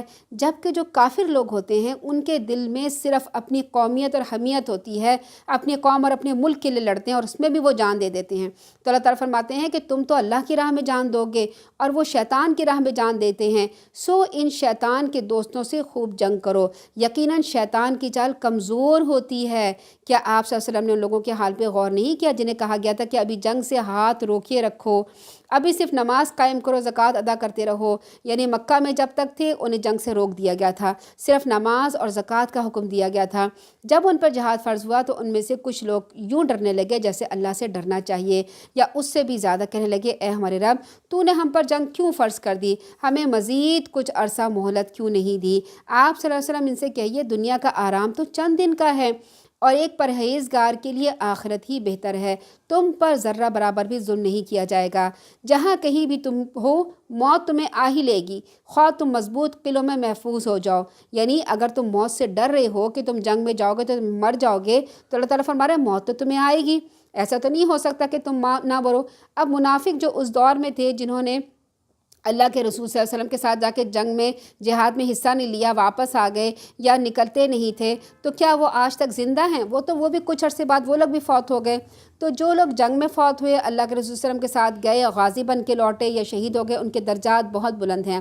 اور جو اس زمانے میں نہیں گئے، منافق بن کے بیٹھے رہے، ان کے درجات کیا ہیں؟ ان کو جہنم کے جانے کی سزا ملے گی۔ اللہ تعالیٰ فرماتے ہیں اگر انہیں کوئی فائدہ پہنچے تو کہتے ہیں یہ اللہ تعالیٰ کی طرف سے ہے، اور اگر کوئی مصیبت پڑ جائے تو کہتے ہیں یہ تمہاری وجہ سے پہنچی ہے۔ یہ خطاب منافقوں سے ہے جس میں ان کے ساتھی یہود بھی شامل تھے۔ اگر انہیں کوئی راحت سکون کے لمحات میسر آتے اور خوشی نصیب ہوتی، جیسے غلے کی جو ہے وہ غلہ سستا ہو گیا یا جنگ میں مال غنیمت ہاتھ آتا، تو اسے کہتے ہیں یہ تو اللہ تعالیٰ کا فضل ہے، یہ بڑا اللہ تعالیٰ نے فضل کیا ہے۔ لیکن اگر کوئی دکھ یا مصیبت پہنچتی، کوئی ان کا قریبی عزیز جنگ میں شہید ہو جاتا یا زخمی ہو جاتا، تو نعوذ باللہ یہ رسول اللہ پر الزام لگاتے تھے، کہتے تھے یہ ان کی غلط تدبیر کی وجہ سے نعوذ باللہ ہوا ہے۔ آپ صلی اللہ علیہ وسلم ان سے کہیے یہ سب کچھ اللہ تعالیٰ کی طرف سے ہوتا ہے۔ آخر ان لوگوں کو کیا ہو گیا ہے کہ بات کو سمجھنے کی کوشش نہیں کرتے؟ اگر تجھے کوئی فائدہ پہنچتا ہے تو وہ اللہ تعالیٰ کی طرف سے ہوتا ہے، اور تجھے کوئی مصیبت آتی ہے تو وہ تیرے اپنے اعمال کی بدولت آتی ہے۔ ہم نے آپ صلی اللہ علیہ وسلم کو سب لوگوں کے لیے رسول بنا کے بھیجا ہے، اور اس بات پر اللہ کی گواہی کافی ہے، کسی کو گواہی دینے کی ضرورت نہیں ہے کہ وہ اللہ کے رسول ہیں۔ اللہ تعالیٰ فرماتے ہیں میری گواہی کافی ہے، جس نے رسول کی اطاعت کی تو اس نے اللہ کی اطاعت کی، اور جس نے اگر کوئی منہ موڑتا ہے تو ہم نے آپ صلی اللہ علیہ وسلم کو ان پر پاسبان بنا کر نہیں بھیجا۔ وہ آپ صلی اللہ علیہ وسلم سے تو کہتے ہیں کہ ہم اطاعت کریں گے، لیکن جب آپ کے ہاں سے چلے جاتے ہیں تو ان میں سے کچھ لوگ رات کے وقت آپ کی باتوں کے برعکس مشورے کرتے ہیں۔ جو وہ مشورے کرتے ہیں اللہ تعالیٰ فرماتے ہیں میں انہیں لکھتا جاتا ہوں۔ یعنی منافقین آپ صلی اللہ علیہ وسلم کے سامنے تو آپ کی اطاعت کا دھم بھرتے تھے، آپ کے مجلس میں آتے اور کہتے تھے کہ ہم آپ کے اطاعت و فرما بردار ہیں، لیکن جب چلے جاتے تھے اپنے گھروں میں راتوں کو خفیہ مشورے کرتے تھے، اور ان کے مشورے کیا ہوتے تھے؟ کس طرح مسلمانوں کو نقصان پہنچایا جائے، کس طرح ان کی قوت کمزور کی جائے، کس طرح ان سے پیچھا چھڑا لیا جائے یا انہیں مدینہ سے ہی نکال دیا جائے۔ اس غرض کے لیے یہود مدینہ سے مشورے اور گٹھ جوڑ کرتے رہتے تھے۔ یعنی مسلمان جو منافق تھے وہ یہودیوں سے اس بارے میں مشورے کرتے تھے۔ اللہ تعالیٰ فرماتے ہیں کیا یہ لوگ، اللہ تو فرماتے ہیں کہ ان کی پرواہ نہ کیجیے، اللہ پہ بھروسہ رکھیے، اللہ پر بھروسہ کرنا ہی کافی ہے۔ کیا یہ لوگ قرآن میں غور نہیں کرتے؟ اگر یہ قرآن اللہ تعالیٰ کی طرف سے کسی اور کی طرف سے ہوتا تو اس میں بہت سی مختلف باتیں ہوتی۔ جب کوئی امن کی یا خطرے کی خبر ان تک پہنچتی ہے تو فوراً اسے اڑا دیتے ہیں، اور اگر وہ اسے رسول یا اپنے کسی ذمہ دار حاکم تک پہنچاتے ہیں تو وہ ایسے لوگوں کے علم میں آ جاتی ہیں جو اس سے صحیح نتیجہ اخذ کر سکتے ہیں۔ اگر اللہ کا فضل اور اس کی رحمت تمہارے ساتھ شامل نہ ہوتی تو تم سوائے چند لوگوں کے شیطان کے پیچھے لگ جاتے۔ سو آپ اللہ کی راہ میں جہاد کیجیے، اور آپ پر صرف آپ ہی کی ذمہ داری ہے۔ اور مسلمانوں کو جہاد کی رغبت دلائیے۔ ممکن ہے اس طرح اللہ تعالیٰ کافروں کی لڑائی کو روک ہی دے، اور اللہ کا زور بڑا زبردست ہے، وہ انہیں سخت سزا دینے میں بہت سخت ہے۔ جو شخص بھلائی کی سفارش کرے گا تو اسے اس کا حصہ ملے گا، اور جو کوئی برائی کی سفارش کرے گا اسے اس کا حصہ ملے گا۔ یہاں پر افواہوں کے بارے میں بیان کیا گیا ہے کہ افواہوں کے پیچھے نہ لگا جائے۔ غزوہ احد میں اور غزوہ خندق کے درمیانی دور میں مسلمانوں کے لیے آزمائش کا دور تھا، جبکہ غزوہ احد میں ایک دفعہ مسلمانوں کی شکست کی وجہ سے یہودیوں، مشرکوں، قریش مکہ اور قبائل عرب سب کے سب اسلام دشمن طاقتوں کے حوصلے بڑھے ہوئے تھے، اور مدینے پر ہر قسم کے ایک ہنگامی فضا چھائی ہوئی تھی۔ اس صورتحال سے اسلام کے دشمن لوگوں نے خوب فائدہ اٹھایا۔ کبھی تو مسلمانوں کو مرعوب اور دہشت زدہ بنانے کے لیے افواہیں پھیلا دیتے۔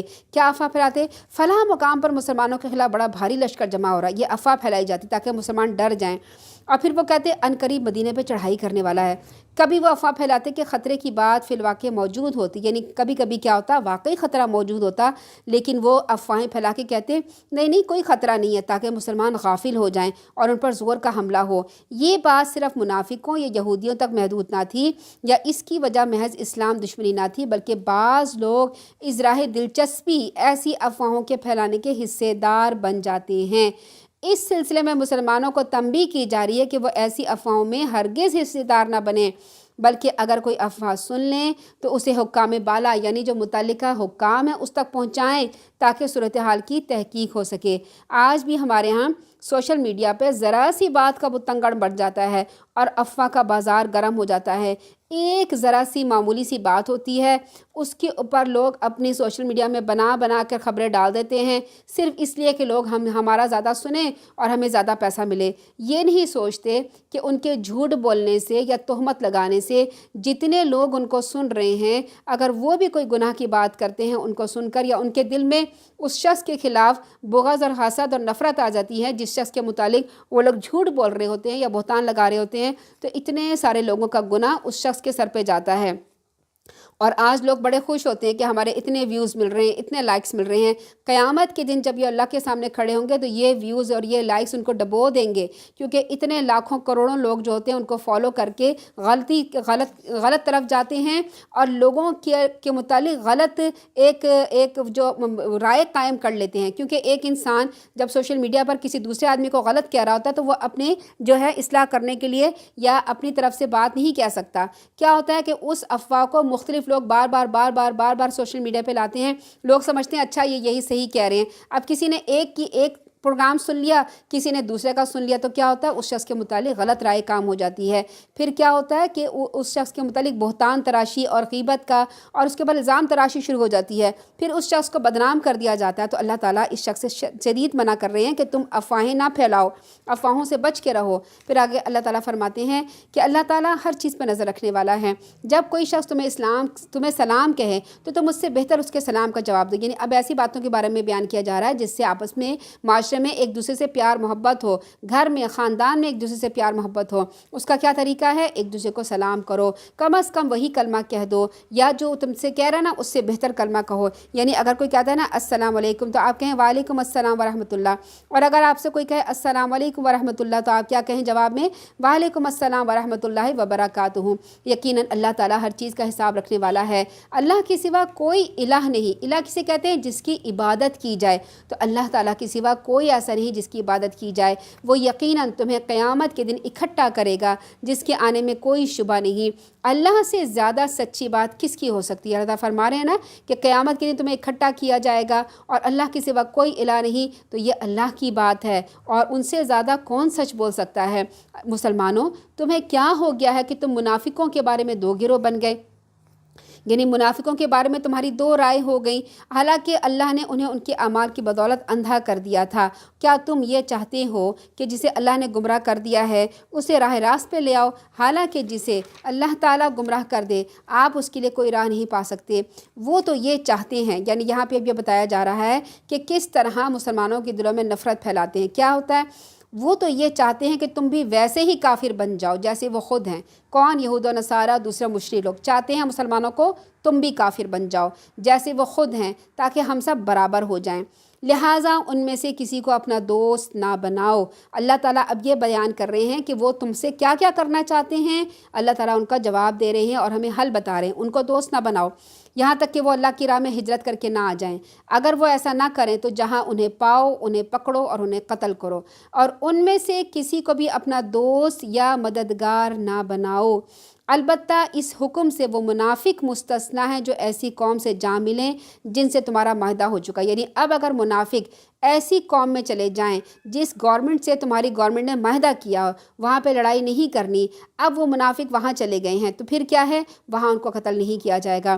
پھر جو تمہارے پاس دل برداشتہ ہیں، وہ کچھ ایسے لوگ ہیں جو نان مسلم ہے یا مسلمان ہیں یا منافق ہیں، جو تم سے نہیں، جو لڑائی نہیں کرنا چاہتے اور کسی سے لڑنا جھگڑنا نہیں چاہتے، نہ اپنی قوم سے لڑنا چاہتے ہیں نہ تم سے لڑنا چاہتے ہیں، اور لیکن اگر اللہ چاہتا تو انہیں تم پر مسلط کر دیتا، پھر وہ تمہارے خلاف لڑائی کرتے۔ یعنی کچھ کیا ہوتے ہیں کہ مسلمان دشمن ایسے لوگ ہوتے ہیں کہ وہ چاہتے ہیں کہ ہم لڑائی جھگڑا نہ کریں، لیکن اگر انہی لوگوں کو مسلمانوں کے خلاف غلبہ دے دیا جائے تو وہ مسلمانوں کے خلاف ضرور لڑیں گے۔ اب اگر وہ کنارہ کش رہتے ہیں اور لڑائی پر ارادہ نہیں کرتے اور تمہیں صلح کی پیشکش کرتے ہیں تو اللہ نے ان پر تمہاری دسترازی کی کوئی گنجائش نہیں رکھی، یعنی اب تم ان کے اوپر لڑائی نہ کرو۔ پھر آگے اللہ تعالیٰ فرماتے ہیں کہ آپ کو ایک اور قسم کے لوگ بھی ملیں گے جو یہ چاہتے ہیں کہ تم سے بھی امن میں رہیں اور اپنی قوم سے بھی امن میں رہیں۔ یعنی بعض لوگ یہ چاہتے ہیں کہ وہ خود بھی نہ لڑیں، ان کی قوم بھی نہ لڑیں، لیکن جب انہیں فتنے کا موقع ملتا ہے تو اس میں کود پڑتے ہیں۔ یعنی ان کے درمیان میں کوئی نہ کوئی شر ضرور موجود ہوتا ہے۔ ایسے لوگ اگر تم سے کنارہ کش نہ رہیں، یعنی دور نہ رہیں، نہ ہی تم سے صلح کی پیشکش کریں، نہ ہی اپنے ہاتھ روکیں، تو ایسے لوگوں کو جہاں بھی پاؤ انہیں گرفتار کرو اور قتل کرو۔ ایسے لوگوں کے لیے ہم نے تمہیں کھلی چھٹی دے رکھی ہے۔ کسی مومن کا یہ کام نہیں ہے کہ وہ کسی مومن کو قتل کرے الا یہ کہ غلطی سے، یعنی قتل خطا کی صورت یہاں بتائی جا رہی ہے کہ غلطی سے۔ جو غلطی سے قتل ہوتا ہے وہ کیا ہوتا ہے، مثلا تیر یا پتھر کسی شکار کو مارا تھا یا گولی شکار پہ چلائی تھی لیکن کسی مسلمان کو لگ گیا اور وہ مر گیا۔ دوسری صورت یہ ہے کہ ماری تو کوئی اچھی ہی چیز آمدہ نہیں تھی، یعنی جان بوجھ کے ماری تھی گولی، لیکن مارنے والے کو یہ نہیں پتا تھا کہ وہ اس ہلکی ضرب سے مر جائے گا، یعنی مارنے والے کو یہ نہیں پتا تھا کہ میں اس کو پتھر مار رہا ہوں یا ڈنڈا مار رہا ہوں تو اسے مر ہی جائے گا۔ تیسری یہ کہ لڑائی وغیرہ کسی ہنگامے میں کسی مسلمان کو کافر سمجھ کے مار ڈالا جائے، جیسے جنگ احد میں شکست کے بعد مسلمانوں نے بدحواسی میں سیدنا حذیفہ بن یمان کے والد کو کافر سمجھ کے مار ڈالا، حالانکہ سیدنا حذیفہ یہ کہتے رہے کہ یہ تو میرے والد ہیں ان کو چھوڑ دو، مگر افراتفری اور جب ہجوم ہوتا ہے نا پھر کسی کی آواز نہیں آتی، تو پھر وہ اسی طرح سے فوت ہو گئے تھے، شہید ہو گئے تھے۔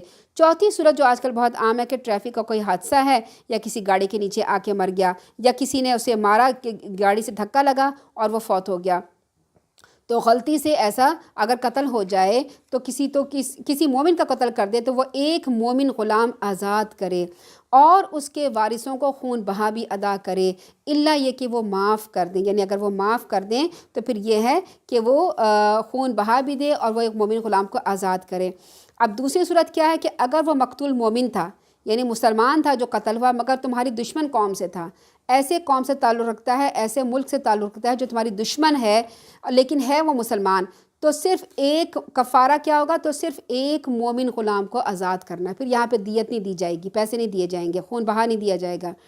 لیکن تیسری صورت کیا ہے، اگر ایسی قوم سے وہ بندہ ہے جو قتل ہو گیا مقتول، جن سے تمہارا معاہدہ ہو چکا ہے، یعنی گورنمنٹ کے آپس میں معاہدے ہوئے کہ ہم آپس میں لڑے جھگڑیں گے نہیں، بزنس کریں گے، ٹریڈ کریں گے، تو پھر وارثوں کو خون بہا بھی دینا ہوگا اور مومن غلام بھی آزاد کرنا ہوگا، یعنی اگر گورنمنٹ سے آپ کا معاہدہ ہو چکا ہے۔ اور چوتھی صورت کیا ہے، اگر قاتل کو مومن غلام آزاد کرنے کی طاقت نہ ہو یا اسے غلام مل ہی نہ رہا ہو تو 2 ماہ کے لگاتار روزے رکھے، لگاتار روزے رکھنے ہوں گے، ایک بھی چھٹا نہیں، اگر ایک چھٹ گیا غلطی سے تو پھر دوبارہ نمبر 1 سے روزے رکھنے ہوں گے اس گناہ پر، کیونکہ اس کا گناہ بہت بڑا ہے۔ اللہ سے توبہ کرنے کا طریقہ یہی ہے، اللہ سب کچھ جاننے والا اور حکمت والا ہے۔ جو شخص کسی مومن کو جان بوجھ کے قتل کرے اس کی سزا جہنم ہے جس میں وہ ہمیشہ رہے گا، اس پر اللہ کا غضب ہوگا اور اس کی لعنت ہے، اور اللہ نے اس کے لیے بہت بڑا عذاب تیار کر رکھا ہے۔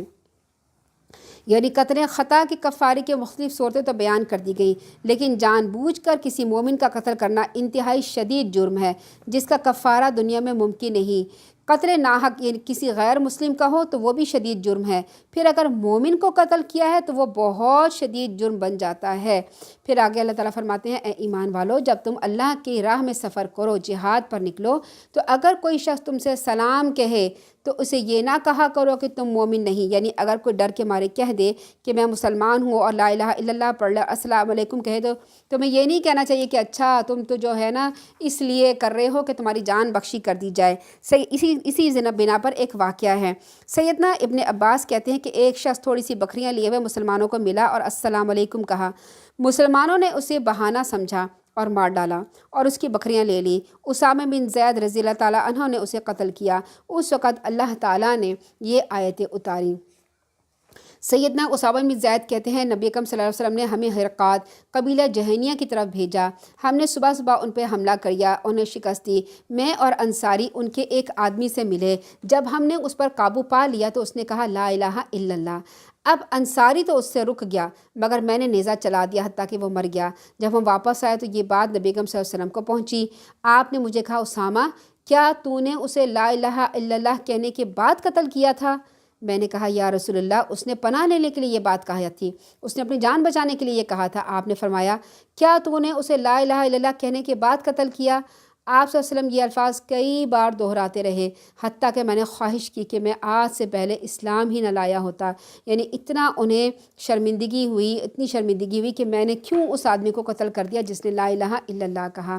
تو اللہ تعالیٰ فرما رہے ہیں اس کی تحقیق کر لیا کرو، اگر تم دنیا کی زندگی کا سامان چاہتے ہو تو اللہ کے یہاں بہت سے اموال غنیمت بھی ہیں، اس سے پہلے تمہاری اپنی بھی یہی صورتحال تھی، پھر اللہ نے تم پر احسان کیا، لہٰذا تحقیق ضرور کر لیا کرو، جو کچھ تم کرتے ہو یقیناً اللہ تعالیٰ اس سے خبردار ہے۔ جو لوگ بغیر کسی معذوری کے بیٹھ رہے ہیں، جہاد میں شامل نہ ہوں، اور جو لوگ اپنی جانوں اور اپنے مالوں سے اللہ کی راہ میں جہاد کرتے ہیں، یہ دونوں برابر نہیں ہو سکتے۔ یعنی ایک جو ہے گھر میں بیٹھ کے مال بھیج رہا ہے جہاد کے لیے، ایک جو ہے وہ جان قربان کر رہا ہے، اور ایک آدمی ہے وہ مال اور جان دونوں سے قربانی کر رہا ہے۔ اللہ تعالیٰ کے نزدیک یہ دونوں حیثیتیں برابر نہیں ہو سکتی۔ اللہ نے اپنی جان اور مال سے جہاد کرنے والوں کا بیٹھ رہنے والوں کے مقابلے میں بہت زیادہ درجہ رکھا ہے، اگرچہ ہر ایک سے اللہ نے بھلائی کا وعدہ کر رکھا ہے، تاہم بیٹھنے والوں کے مقابلے میں جہاد کرنے والوں کا اللہ کے ہاں بہت بڑا درجہ۔ ظاہر ہے جو جہاد کرنا جاتا ہے اپنی جان کو ہتھیلی پہ رکھ کے جاتا ہے، خوف و خطر ہوتا ہے۔ اب تو کسی کو قتل کرنا جو جنگ میں آسان ہوتا ہے کہ گولی مار دی جاتی ہے، بم چلا دیا جاتا ہے، تو وہ اپنی جان ہتھیلی پہ رکھ کے جاتے ہیں، تو ان کے درجے بھی اللہ تعالیٰ کے ہاں بہت بڑے ہوتے ہیں۔ اللہ تعالیٰ فرماتے ہیں ان کے ہاں بہت بڑے درجے ہیں اور مغفرت ہے اور رحمت ہے، اور اللہ تعالیٰ بہت بخشنے والا اور رحم فرمانے والا ہے۔ پھر آگے فرماتے ہیں جو لوگ اپنے آپ پر ظلم کرتے ہیں، جب فرشتے ان کی روحیں قبض کرتے ہیں اور ان سے پوچھتے ہیں تم کس حال میں تھے، وہ کہتے تھے ہم زمین میں کمزور اور مجبور تھے۔ فرشتے انہیں جواب دیتے ہیں کیا اللہ کی زمین وسیع نہ تھی، تم اس میں ہجرت کر جاتے؟ ایسے لوگوں کا ٹھکانہ ہے جہنم ٹھکانہ ہے۔ یہ آیت ایسے مسلمانوں سے متعلق ہے جنہوں نے ہجرت پر قدرت ہونے کے باوجود ہجرت نہیں کی، یعنی وہ ہجرت کر سکتے تھے، اپنا گھر بار چھوڑ سکتے تھے اور چھوڑ کر مدینہ جا سکتے تھے، لیکن وہ نہیں گئے۔ اور مسلمانوں پہ ظلم یہ تھا کہ جنگ کے موقع پر انہیں مشرکوں کا ساتھ دینا پڑتا تھا، یعنی اب جو مسلمان مکہ میں رہ گئے تھے، جب مدینہ کے مسلمان آ کے ان سے جنگ کرتے تھے تو کیا کرتے تھے مشرکین مکہ ان مسلمانوں کو جنہوں نے ہجرت نہیں کی تھی انہیں اپنے ساتھ ملا کر مسلمانوں کے خلاف لڑتے تھے، ایسے مسلمانوں کو اپنی صفوں میں آگے کر دیتے تھے تاکہ وہ ان کے لیے ڈھال اور دفاع کا کام کریں۔ اب یہ مسلمانوں کے لشکر کے لیے بڑی الجھن بن جاتی، یعنی جو سامنے سے مسلمان لڑنے کے لیے آتے ان کے لیے بڑی مشکل پڑ جاتی کہ یہ سامنے تو ہمارے مسلمان ہیں، اگر ہم لڑائی کریں گے تو ہمارے اپنے بھائی مارے جائیں گے، اگر ہاتھ روکیں گے تو ہمیں خود نقصان اٹھانا پڑے گا۔ ان حالات میں سیدنا ابن عباس کی اس آیت کی شان نزول میں فرماتے ہیں کہ مکہ میں مسلمانوں میں کچھ ایسے لوگ تھے جو مشرکوں کا ساتھ دیتے تھے اور مقابلے کے وقت ان کی جمعیت بڑھاتے تھے، پھر مسلمانوں کی طرف سے کوئی تیر ان کو لگ جاتا یا کوئی تلوار زخمی ہو جاتی، تلوار لگتی وہ زخمی ہوتے یا مر جاتے، تو ایسے ہی لوگوں کے بارے میں اللہ تعالیٰ نے یہ آیت نازل فرمائی، مگر اللہ تعالیٰ نے ان کو ایکسیپشنل کیس استثناء دیا، جو مرد عورتیں اور بچے فی الواقع کمزور تھے اور وہ بے بس تھے، وہ وہاں سے نکلنے کی کوئی تدبیر نہیں پاتے تھے، امید ہے اللہ تعالیٰ ایسے لوگوں کو معاف فرما دے گا۔ یعنی بعض لوگ ایسے تھے جو وہاں سے نکلنا چاہتے تھے مگر نہیں نکل سکتے تھے اور مجبور تھے، حقیقتاً مجبور تھے۔ اللہ تعالیٰ فرماتے ہیں میں نے انہیں معاف کر دیا کیونکہ میں بہت بڑا معاف کرنے والا اور بخش دینے والا ہوں۔ پھر جو شخص اللہ کی راہ میں ہجرت کرے گا وہ زمین میں ہجرت کے لیے بہت جگہ اور گنجائش پائے گا۔ جو شخص اللہ اور اس کے رسول کی طرف اپنے گھر سے ہجرت کرتے ہوئے نکلے پھر راستے میں اسے موت آئے تو اللہ کیا اس کا اجر ثابت ہو چکا۔ اللہ تعالیٰ بہت بخشنے والا اور رحم کرنے والا ہے۔ یعنی جو مسلمان واقعی کمزور تھے اور ہجرت کرنے کی کوئی راہ نظر نہیں آتی تھی تو وہ جیسے بیمار ہیں، بچے ہیں، بوڑھے ہیں، عورتیں ہیں، کافروں کی قید میں پڑے ہوئے مسلمان ہیں اور ان کے وسائل محدود ہیں، نہ سواری کا بندوبست ہے، نہ پیدل وہ سفر کر سکتے ہیں، تو پھر اللہ تعالیٰ نے انہیں استثناء قرار دے دیا تھا کہ نہیں اور ان کے اوپر کوئی گناہ نہیں ہوگا۔ پھر آگے اللہ تعالیٰ فرماتے ہیں جب تم زمین میں سفر کرو تو تمہارے نماز مختصر کر لینے میں کوئی حرج نہیں۔ اب یہاں پر سفر کرنے کی بات آ رہی ہے۔ سفر جو ہے مکہ سے مدینہ میں جب پیدل سفر کیا تھا تو 8 دن تقریباً لگتے تھے۔ اب یہ ہے کہ جب بھی کہیں سفر کرو تو اللہ تعالیٰ فرما رہے ہیں اپنی نمازوں کو مختصر کر لیا کرو، جب کہ تمہیں اندیشہ ہو کہ کافر تمہیں تشویش میں ڈالیں گے، کیونکہ کافر تو بلا شبہ تمہارے کھلے دشمن ہیں۔ سنت رسول سے ثابت ہے کہ ہر طرح کے سفر میں نماز قصر کی جاتی ہے۔ اس وقت تو یہ آیتیں اتری نہ کہ جب جنگ کے دوران میں آپ سفر کریں، لیکن آج امن کے دور میں بھی جب آپ سفر کر رہے ہوتے ہیں تو آپ اپنی نماز کو مختصر کر سکتے ہیں۔ قصر کرنا یعنی نماز کو مختصر کرنا ایک تحفہ ہے اللہ تعالیٰ کی طرف سے۔ جب کوئی تحفہ آپ کو دیتا ہے تو آپ کو کیا ہوتا ہے؟ بڑی خوشی ہوتی ہے اور آپ سے خوشی سے لیتے ہیں۔ لیکن ہمارے ہاں کیا ایک کانسیپٹ ہے کہ اگر ہم کسی کو کہیں کہ آپ دوسرے شہر میں آ گئے ہیں اور 2 دن کے لیے آئے ہیں تو ایسا کریں اپنی نمازوں کو قصر کر لیں، تھوڑی تھوڑی نمازیں پڑھ لیں، تو کہتے ہیں نہیں ہم تو پوری نمازیں پڑھیں گے۔ ہمارے دل میں کچھ عجیب سا ہوتا ہے کہ اگر ہم پوری نماز نہ پڑھیں تو یہ تو اللہ تعالیٰ نے حکم دیا ہے، اللہ تعالیٰ نے اجازت دی ہے کہ تم نماز قصر کر سکتے ہو۔ اس میں ایک تو اللہ تعالیٰ کے حکم کا ماننا ہے، ایک وہ ثواب، دوسرا ثواب رسول اللہ صلی اللہ علیہ وسلم کی سنت ہے، وہ ثواب تو ڈبل ثواب ہمیں اس قصر نماز کا ملتا ہے۔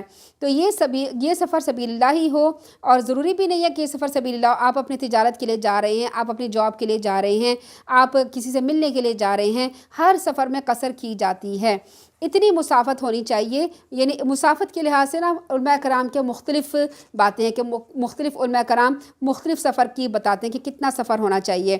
یعنی اتنی مسافت ہونی چاہیے جہاں سے انسان پیدل رات کو اپنے گھر واپس نہ پہنچ سکتا ہو، وہ سفر ہے۔ اور سیدنا عمر رضی اللہ تعالیٰ نے اب اسے اپنے دور خلافت میں ایک عورت کے سفر پر اندازہ لگایا۔ اس دور میں 9 میل کی مسافت کو سفر قرار دیا تھا، جو آج کل کے پیمانے کے لحاظ سے تقریباً 15 کلومیٹر بنتا ہے۔ یعنی ایک کمزور انسان پیدل ایک دن میں 15 کلومیٹر جانے کا اور اتنا ہی 15 کلومیٹر واپس آنے کی مسافت طے نہیں کر سکتا، یعنی وہ سفر میں ہے۔ سفر میں اگر قصر نہ بھی کی جائے، یعنی اگر قصر نہیں پڑی تو کوئی مذائقہ نہیں ہے، تاہم قصر کرنا افضل ہے۔ یعنی قصر اگر آپ کریں گے نماز کو تو وہ افضل ہے۔ جیسے فرض جو صبح کی فجر کی نماز ہوتی ہے، آپ کو پتہ ہے وہ 2 سنت اور 2 فرض ہوتی ہے، اس میں قصر نہیں ہوتی، اس میں آپ کو 2 سنت بھی لازمی پڑھنی ہیں۔ فجر کی 2 سنتیں قصر نہیں کی جائیں گی، فجر کی 2 سنتیں بھی پڑھیں گے اور 2 فرض بھی پڑھیں گے۔ ظہر کی 4 فرض ہوتی ہیں تو آپ نے کیا کرنا ہوگا؟ 2 فرض پڑھنے ہوں گے، وہ آپ کی قصر ہو جائے گی۔ پھر اس کے بعد عصر کی 4 فرض ہوتی ہے، اس میں بھی آپ 2 فرض پڑھیں گے، اور جو مغرب ہے اس میں 3 فرض ہے، اس میں کمی نہیں کی جائے گی، وہ تو 3 ہی پڑھی جائیں گی۔ اور جو فرض عشاء ہوتی ہے اس میں کیا کیا جاتا ہے؟ 4 فرض ہوتے ہیں، اس میں بھی آپ نے 2 پڑھنی ہوتی ہیں۔ اب نمازیں کم کیوں کی جاتی ہیں؟ تاکہ ایک تو آپ سفر آسانی سے طے کر لیں، دوسرا آپ جس مقصد کے لیے گئے ہیں، کسی نوکری کے لیے، کسی سے ملنا، آپ وہ اپنا مقصد پورا کر لیں اور اپنا واپس آ جائیں۔ تو جب نماز قصر کی جاتی ہے نا تو پھر سنت و نوافل ادا نہیں کیے جاتے ہیں سوائے فجر کی سنت کے۔ تو اب اگر ہم کہیں کہ اب ہم نے قصر پڑھ لی، اب ہم نفل پڑھ رہے ہیں، سنت پڑھ، تو پھر وہ تو نماز قصر کا مقصد ہی فوت ہو گیا نا، کہ اللہ تعالیٰ نے آپ کو چھوٹ دی تھی کہ آپ اپنا ٹائم بچائیں اور اپنا جو کام جس کام کے لیے گئے ہیں وہ کام کر لیں، اس کے بجائے آپ سنت و نوافل پڑھ رہے ہیں تو وہ تو مقصد ہی فوت ہو گیا قصر کا۔ تو جب آپ قصر کریں تو سنت و نوافل ادا نہ کریں۔ لیکن اللہ کے رسول صلی اللہ علیہ وسلم جو تھے جب کہیں سفر کرتے تھے تو تہجد وہ لازمی پڑھتے تھے۔ پھر آگے اللہ تعالیٰ فرماتے ہیں کہ جب بھی کوئی ایک گروہ حالت جنگ میں جب آپ نماز پڑھیں اور اللہ کے رسول صلی اللہ علیہ وسلم جب نماز پڑھانے کے لیے کھڑے ہوں تو ایک گروہ تمہارے ساتھ نماز کے لیے کھڑا ہو اور اپنے پاس ہتھیار رکھے، اور جب یہ گروہ سجدہ کر چکے تو پیچھے ہٹ جائے، اور دوسرا گروہ جس نے بھی نماز ادا نہیں کی آگے آئے اور آپ کے ساتھ نماز ادا کرے۔ یہاں پہ یہ طریقہ بتایا جا رہا ہے کہ اللہ کے رسول صلی اللہ علیہ وسلم کے ساتھ نماز کیسے پڑھی جائے۔ اب جنگ میں بھی اللہ کے رسول صلی اللہ علیہ وسلم نے نماز پڑھی تھی، ظاہر سی بات ہے وہ نماز کی پابندی کرتے تھے الحمدللہ۔ اب جو حالت جنگ میں جو فوجی لڑ رہے تھے نا اللہ کے رسول صلی اللہ علیہ وسلم کے ساتھ، اب ان کے لیے یہ بہت بڑی فضیلت کی بات ہوتی تھی کہ وہ اللہ کے رسول کے پیچھے پڑھیں، اور ہر کوئی یہ چاہتا تھا کہ ہم اللہ کے رسول صلی اللہ علیہ وسلم کے پیچھے پڑھیں۔ جو کوئی اب ہمارے محلے میں بھی اگر کوئی نیک آدمی آ جائے، امام کعبہ آ جائیں فرض کریں، تو ہم سب کیا چاہیں گے کہ ہم سب جا کے ان کے پیچھے نماز ادا کریں۔ اسی طرح اللہ کے رسول صلی اللہ علیہ وسلم وہ تو سید المرسلین ہیں، پیغمبر ہیں سب سے بڑے، تو تمام صحابہ یہ چاہتے تھے کہ ہم ان کے پیچھے نماز پڑھیں۔ تو اللہ تعالیٰ نے اس کا ایک طریقہ بتایا، وہ یہ تھا کہ اللہ کے رسول صلی اللہ علیہ وسلم امامت کرتے تھے تو فوجی 2 حصوں میں بٹ جاتے تھے، ایک حصہ ان کے پیچھے کھڑا ہو جاتا تھا اور وہ 1 رکعت پڑھتے تھے۔ 1 رکعت پڑھنے کے بعد اللہ کے رسول تو دوسری رکعت کے لیے کھڑے ہو گئے، تو وہ جو صحابی تھے نا جو 1 رکعت پڑھے تھے وہ پیچھے سے چلے گئے، اور دوسری فوج کا حصہ آیا وہ آگے آ گیا، انہوں نے نیت باندھ لی اور اللہ کے رسول صلی اللہ علیہ وسلم کے ساتھ دوسری رکعت پڑھی۔ اللہ کے رسول کی تو 2 رکعتیں ہوگی نماز، ان کی نماز ادا ہو گئی۔ جو دوسری جنہوں نے پڑھی تھی نا آ کے دوسری رکعت، وہ سلام نہیں پھیریں گے، وہ اٹھ کے دوبارہ اپنی دوسری رکعت کمپلیٹ کر کے کیا کریں گے، نماز کمپلیٹ۔ اس کے بعد جو پہلے فوجی تھے وہ آ کے اپنی 1 رکعت پڑھ کے نماز کمپلیٹ کر لیں گے۔ اس طرح جنگ بھی جاری رہے گی اور سب نے اللہ کے رسول صلی اللہ علیہ وسلم کے ساتھ بھی نماز پڑھ لی۔ پھر آگے اللہ تعالیٰ فرماتے ہیں ہاں اگر بارش کی وجہ سے یا بیماری کی وجہ سے ہتھیار پہننے میں تکلیف محسوس کرو تو انہیں اتار دینے میں کوئی حرج نہیں ہے۔ اللہ تعالیٰ فرماتے ہیں پہلی آیت میں کہ جب آپ نماز پڑھیں تب بھی ہتھیار سے غافل نہ ہو، لیکن اگر بیمار ہو، بارش ہو، کچھ ہو، تمہیں مجبوراً ہتھیار اتارنا پڑے تو ہتھیار اتار لو، کوئی حرج نہیں۔ اپنے بچاؤ کا پورا خیال رکھو۔ اللہ تعالیٰ نے کافروں کے لیے یقیناً رسوا کر دینے والا عذاب تیار کر رکھا ہے۔ جب تم نماز ادا کر چکو تو کھڑے بیٹھے لیٹے ہر حال میں اللہ کو یاد کرو، جب اطمینان حاصل ہو جائے پھر پوری نماز ادا کرو۔ بلا شبہ مومنوں پر نماز اس کے مقررہ اوقات کے ساتھ فرض کر دی گئی ہے۔ مقررہ اوقات کیا ہیں؟ آپ صلی اللہ علیہ وسلم نے فرمایا ظہر کا وقت سورج ڈھلنے سے لے کر آدمی کے سایہ کے برابر ہونے تک ہے۔ سورج ڈھلنے کا کیا مطلب ہوتا ہے؟ دیکھیں جب سورج مشرق سے چلتا ہے نا تو نیچے سے اوپر کی طرف چڑھتا ہے، اوپر کی طرف نا ایک ٹاپ پہ پہنچ جاتا ہے، اب اس سے اونچا اوپر نہیں جاتا، اس کے بعد نیچے اترنا شروع ہوتا ہے۔ تو جب نیچے اترنا شروع ہوتا ہے تو اسے کہتے ہیں زوال کا وقت، جب نیچے اتر رہا ہوتا ہے۔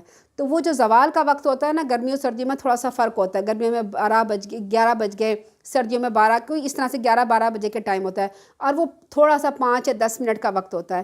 تو جب سورج نیچے اتر رہا ہوتا ہے نا اس وقت نماز پڑھنے سے منع کیا گیا کہ زوال کے وقت نماز نہیں پڑھتے۔ بعض لوگ اس کو نا غلط فہمی میں کہتے ہیں کہ رات کے 12 بجے بھی نماز نہیں پڑھنی چاہیے۔ بھائی رات کو تو سورج نہیں نکلتا نا، اور رات کو اس کا زوال نہیں ہوتا، دن کے وقت زوال ہوتا ہے۔ تو کیا کرنا چاہیے، دن کے وقت جو ہے جب زوال کے وقت جب زوال ہو رہا ہوتا ہے اس کا نماز نہیں پڑھتے۔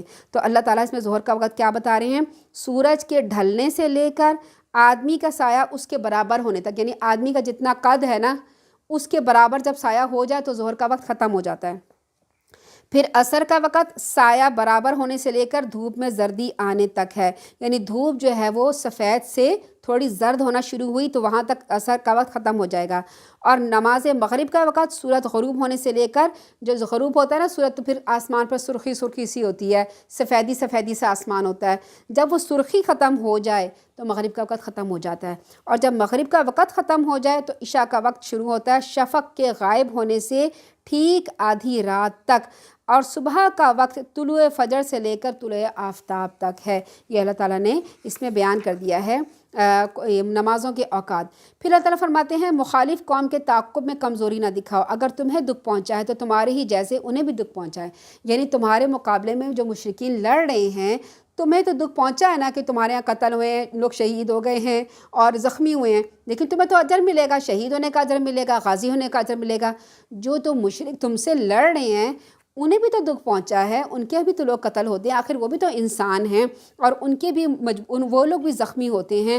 تو اللہ تعالیٰ تم تو اللہ تعالیٰ سے اجر کی امید رکھتے ہو، وہ نہیں رکھتے، اور اللہ تعالیٰ سب کچھ جاننے والا اور حکمت والا ہے۔ یعنی جانی نقصان جو تمہیں جنگ میں پہنچا ہے ویسے ہی دشمن قوم کو بھی پہنچتا ہے، جب کہ وہ کفر پر ہو کر یہ سب کچھ برداشت کرتے ہیں، اور تم تو حق پر ہو، سچ پہ ہو، تو کیوں نہیں برداشت کرتے؟ تم میں سے کوئی شہید ہو جائے یا زندہ سلامت گھر واپس آ جائے، دونوں صورتوں میں تمہیں اللہ سے اجر ملتا ہے، اور ان کو کوئی توقع نہیں ہوتی کہ ان کو اجر ملے گا، تو آخر تم ان کا پیچھا کر کے ان کا کلا کما کیوں نہیں کرتے؟ اس معاملے میں ہرگز کمزوری اور سستی کا مظاہرہ نہیں کرنا چاہیے۔ اللہ تعالیٰ فرماتے ہیں ہم نے آپ کی طرف سچی کتاب نازل کی ہے، آپ کی طرف سچی کتاب نازل کی ہے، جو کچھ بصیرت اللہ نے آپ کو عطا کی ہے اس کے مطابق لوگوں کے درمیان فیصلہ کرتے ہیں، اور آپ کو بددیانت لوگوں کی حمایت میں جھگڑا نہیں کرنا چاہیے۔ آیت نمبر 106 میں فرمایا اور اللہ سے بخشش طلب کیجیے، اللہ تعالیٰ یقیناً بہت بخشنے والا رحم کرنے والا ہے۔ آیت نمبر 107 میں اللہ تعالیٰ فرماتے ہیں وَلَا تُجَادِلْ عَنِ الَّذِينَ يَخْتَانُونَ أَنفُسَهُمْ إِنَّ اللَّهَ لَا يُحِبُّ مَن كَانَ خَوَّانًا أَثِيمًا۔ پھر اللہ تعالیٰ فرماتے ہیں کہ نہ ہی آپ کو ان لوگوں کی حمایت میں جھگڑنا چاہیے جو اپنے آپ سے خیانت کرتے ہیں، کیونکہ اللہ تعالیٰ خیانت کرنے والے مجرموں کو پسند نہیں کرتا۔ وہ لوگوں سے تو اپنی حرکتیں چھپا سکتے ہیں لیکن اللہ سے چھپا نہیں سکتے۔ جب وہ رات کو ایسی باتوں کا مشورہ کرتے ہیں جو اللہ کو ناپسند ہو تو اس وقت وہ ان کے ساتھ ہوتا ہے، اور اللہ تو جو کچھ بھی وہ کرتے ہیں سب چیزوں کو گھیرے ہوئے ہیں۔ اب یہاں پہ دیکھیں اللہ تعالیٰ فرما رہے ہیں نا کہ تم لوگ اگر چھپ کے کوئی بات کرتے ہو اور چھپ کے کوئی گناہ کا کام کرتے ہو تو اللہ تعالیٰ سے تو نہیں چھپا سکتے۔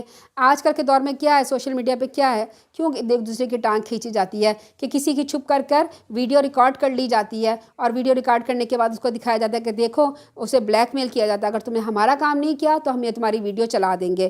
اور اس وقت کیا ہوتا ہے، انسان ڈرتا ہے کہ جب کہیں کوئی غلط کام کرنے لگتا ہے تو آج کل میں کیا ہوتا ہے، لوگ دیکھتے ہیں کہیں کیمرے نہ لگے ہو، کسی کا موبائل آن نہ ہو، کسی نے ہماری ویڈیو ریکارڈ نہ کی ہو، اس سے خوف کھاتے ہیں۔ اللہ تعالیٰ فرماتے ہیں مجھ سے خوف کھاؤ، میرے سے تو کوئی چیز چھپی ہوئی نہیں ہوتی، پھر اور میں تو ہر چیز کو گھیرے ہوئے ہوں۔ اللہ تعالیٰ آگے فرماتے ہیں دیکھو تم لوگ دنیا کی زندگی میں تو ان کی حمایت میں جھگڑ رہے ہو، دنیا کی زندگی میں ان کی حمایت کر رہے ہو۔ کون سی حمایت؟ یہ اس منافق چور کی حمایتوں میں سے ہے کہ اگر تم چور کے حمایتی بن گئے ہو تو کل قیامت کے دن اللہ کے روبرو تم میں سے کون اس کی وکالت کرے گا جو تمہارا اپنا ہی گناہ ہے۔ یہاں پر ایک واقعہ ہوا تھا جس کے بارے میں اللہ تعالیٰ فرما رہے ہیں کہ اس واقعے کو ہم دیکھ لیتے ہیں۔ انصار کے قبیلہ بنو ظفر کے ایک آدمی بشیر بن ابریق نے کسی دوسری انصاری کے گھر سے آٹے کا تھیلا اور زرہ چوری کی، یعنی ایک مسلمان نے دوسرے مسلمان کے گھر سے چوری کی آٹے کا تھیلا اور ایک زرہ جو گھوڑے کے اوپر ڈالی جاتی ہے۔ چالاکی یہ کی کہ آٹے کا تھیلا اور زرہ راتوں رات یہودی کے امانت رکھوا دیا، یعنی ایک چور نے چوری کی، چور کرنے کے بعد یہودی کے گھر گیا اور کہا کہ یہ میری امانت اپنے پاس رکھ لو، یعنی وہ چوری کا مال اس یہودی کے پاس امانت رکھوا دیا۔ اس یہودی کو تو نہیں پتا تھا کہ یہ چوری لے کے آیا۔ تھیلا اتفاق سے کچھ پھٹا ہوا تھا جس سے آٹا تھوڑا تھوڑا گرتا گیا، جس سے سراغ لگانے میں آسانی ہو گئی۔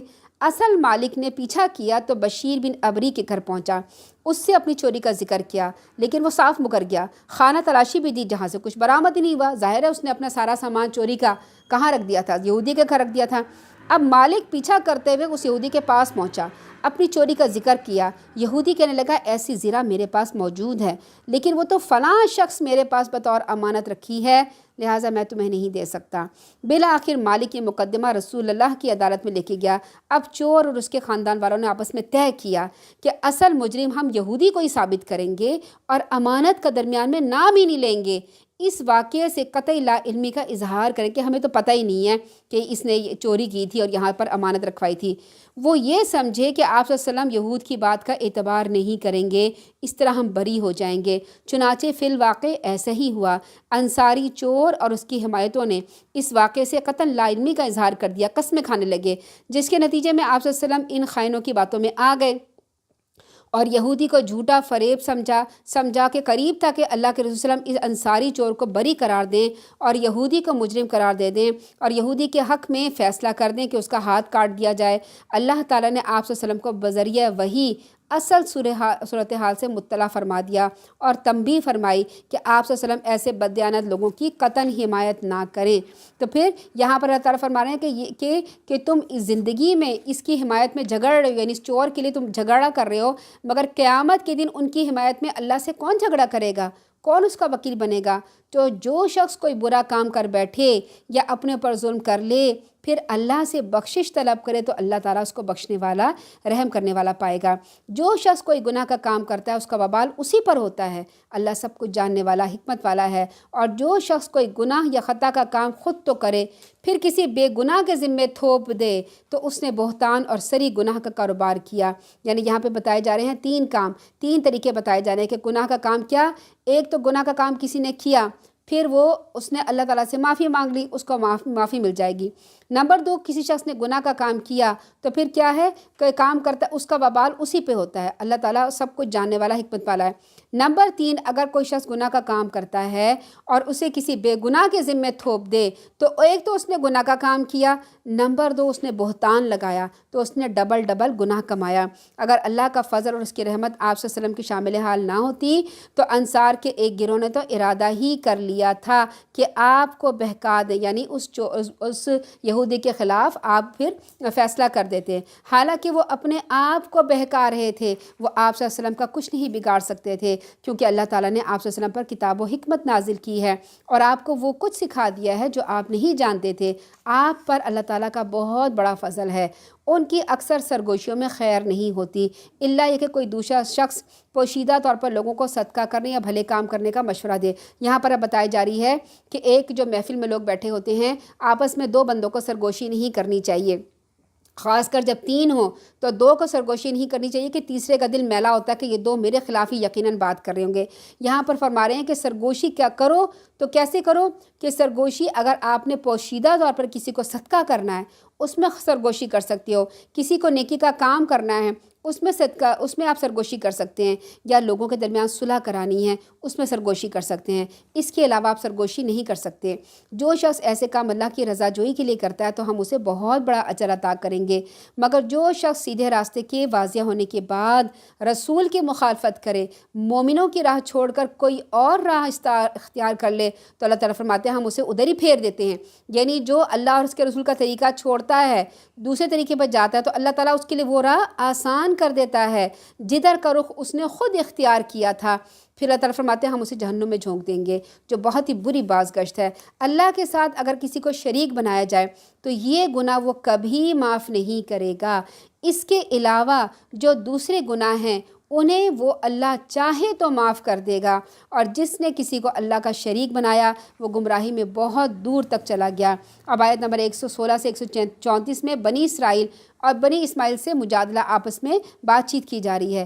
یہ مشرکین اللہ کو چھوڑ کر دیویوں کو پکارتے ہیں، حقیقت میں وہ سرکش شیطان کو ہی پکار رہے ہوتے ہیں جس پر اللہ تعالیٰ نے لعنت کی ہوتی ہے۔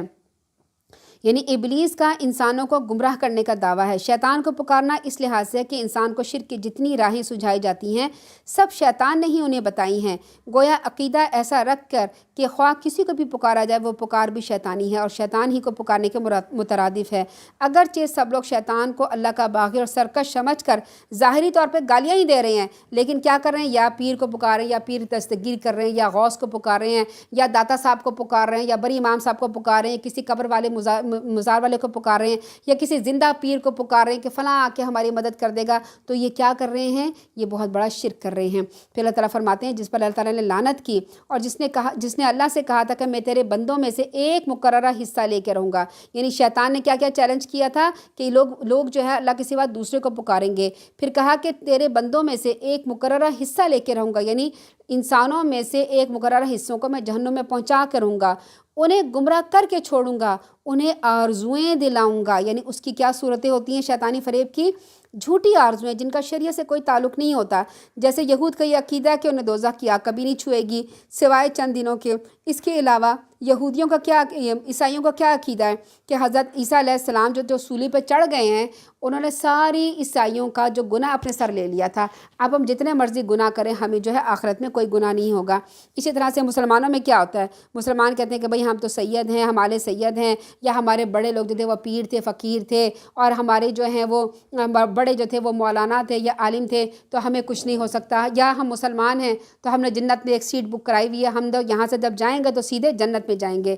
یہ آرزویں ہیں جو شیطان دلاتا ہے۔ اور پھر وہ کہتا ہے کہ میں انہیں حکم دوں گا کہ وہ چوپائیوں کے کان پھاڑ دیں۔ چوپائیوں کے کان پھاڑنے کا کیا مطلب ہے؟ اہل عرب کیا کرتے تھے کہ ایک اونٹنی جب 10 بچے پیدا کر لیتی، یا جس اونٹ کے نطفے سے 10 بچے پیدا ہو چکے ہوتے اسے اپنے دیوتا کے نام پہ چھوڑ دیتے تھے، اس سے کام لینا حرام سمجھتے تھے، علامت کے طور پہ اس کا کان چیر دیتے تھے، یعنی کان کاٹ دیا۔ اب جو شخص وہ دیکھے گا کہے گا یہ تو ہمارے فلاں دیوتا کے نام پہ چھوڑا ہے، تو یہ بڑا بابرکت ہے، اسے چرنے دو، اسے کھانے دو، اسے جو مرضی کرنے دو، ہم اسے اب ہاتھ نہیں لگائیں گے۔ یعنی دیا تو اللہ نے تھا اور کس کے نام چڑھایا؟ اپنے دیوتا کے نام چڑھا دیا۔ پھر وہ کہتا ہے، پھر عطا فرماتے ہیں کہ شیطان کہتا ہے کہ میں انہیں اللہ کی پیدا کردہ صورتوں میں تبدیلی کر دوں گا۔ اس آیت کے بہت سے مفہوم ہیں، مثلا ایک یہ کہ کوئی مرد ایسی شکل و صورت بنائے جو عورت معلوم ہونے لگے، یا عورت ایسی شکل و صورت بنائے کہ وہ مرد معلوم ہونے لگے۔ دوسرے یہ کہ بہروپ دھار کر لوگوں کو دھوکہ دینے کی کوشش کی جائے۔